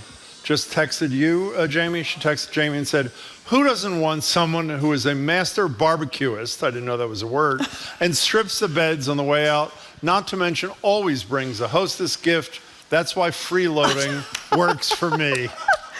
Well, there is one honest woman, You know, Callie Crossley, but our Callie's buddy and coworker. got a motivation. I believe she freeloads at Martha's Vineyard. Well, Locales. I think it's fine for her to use And the word I freeload. I'm think- not sure you should be I using think that word. if I had friends in Martha's Vineyard, I would be doing some freeloading as well. You know, Callie, those kind thank of you for your places note. We are appreciate very it. nice to go to in the summertime because you can't afford to get a hotel there or an Airbnb anymore either. Did you see Nantucket, the most expensive vacation place? You didn't read the paper.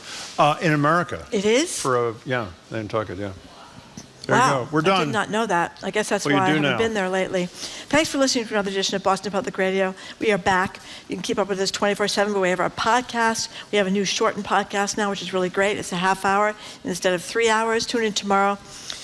Excuse me, I have the hiccups. We have a 3-hour one, too, for those who We do. like the whole show experience. That's right. Yes. That's right. If you really want to go the whole 3 You hours, really it's got it. there. Yeah. It's there for you. That's at masochist.com, by the way, is how you find Yeah. it. Anyway, tomorrow I'm going to be joined by NYU medical ethicist Art Kaplan, Harvard's national security, not Harvard, she's a national security expert who teaches at Harvard Law School, Juliette Kayyem, NBC Boston's Sue O'Connell, our media maven, longtime Antiques Roadshow producer, Marcia Bemko. I can't wait to talk to her. Most popular show on PBS by a it's a great mile. show. Yeah. And director of Mill City's Community Investment, Glenn Lloyd. We want to thank our crew, Zoe Matthews, Aidan Conley, Nicole Garcia, Hannah Loss, our engineer, John the Claw Parker, our executive producer, Jamie Bologna. Special thanks to the team here at the BPL, Angelica Marrero, Steve Baracci, and Evelyn Brito. I am Marjorie Egan. Well, I am Jim Browdy then. Thank you very much for We're coming back. in today, and I guess Nice to see you, by the more way. people like the beard than dislike the beard? I think it'll be gone tomorrow. Yeah, I think it'll be gone tomorrow. What do you mean you think it'll be gone tomorrow? How do you know what it's going to be? Because you told me you were going to shave it might it be off gone tomorrow. Might be gone tomorrow. Might not be. Might not be. Well, Jim is check in keeping us tomorrow. all in suspense. Pretty exciting, isn't How it? will we be able to sleep Make through tonight? the night. I Thank just you. don't I'm know. Jim Browdy. We'll see you tomorrow. I am Marjorie Egan. Bye. Yeah, thanks for tuning in, and see you tomorrow, as Jim said. Bye.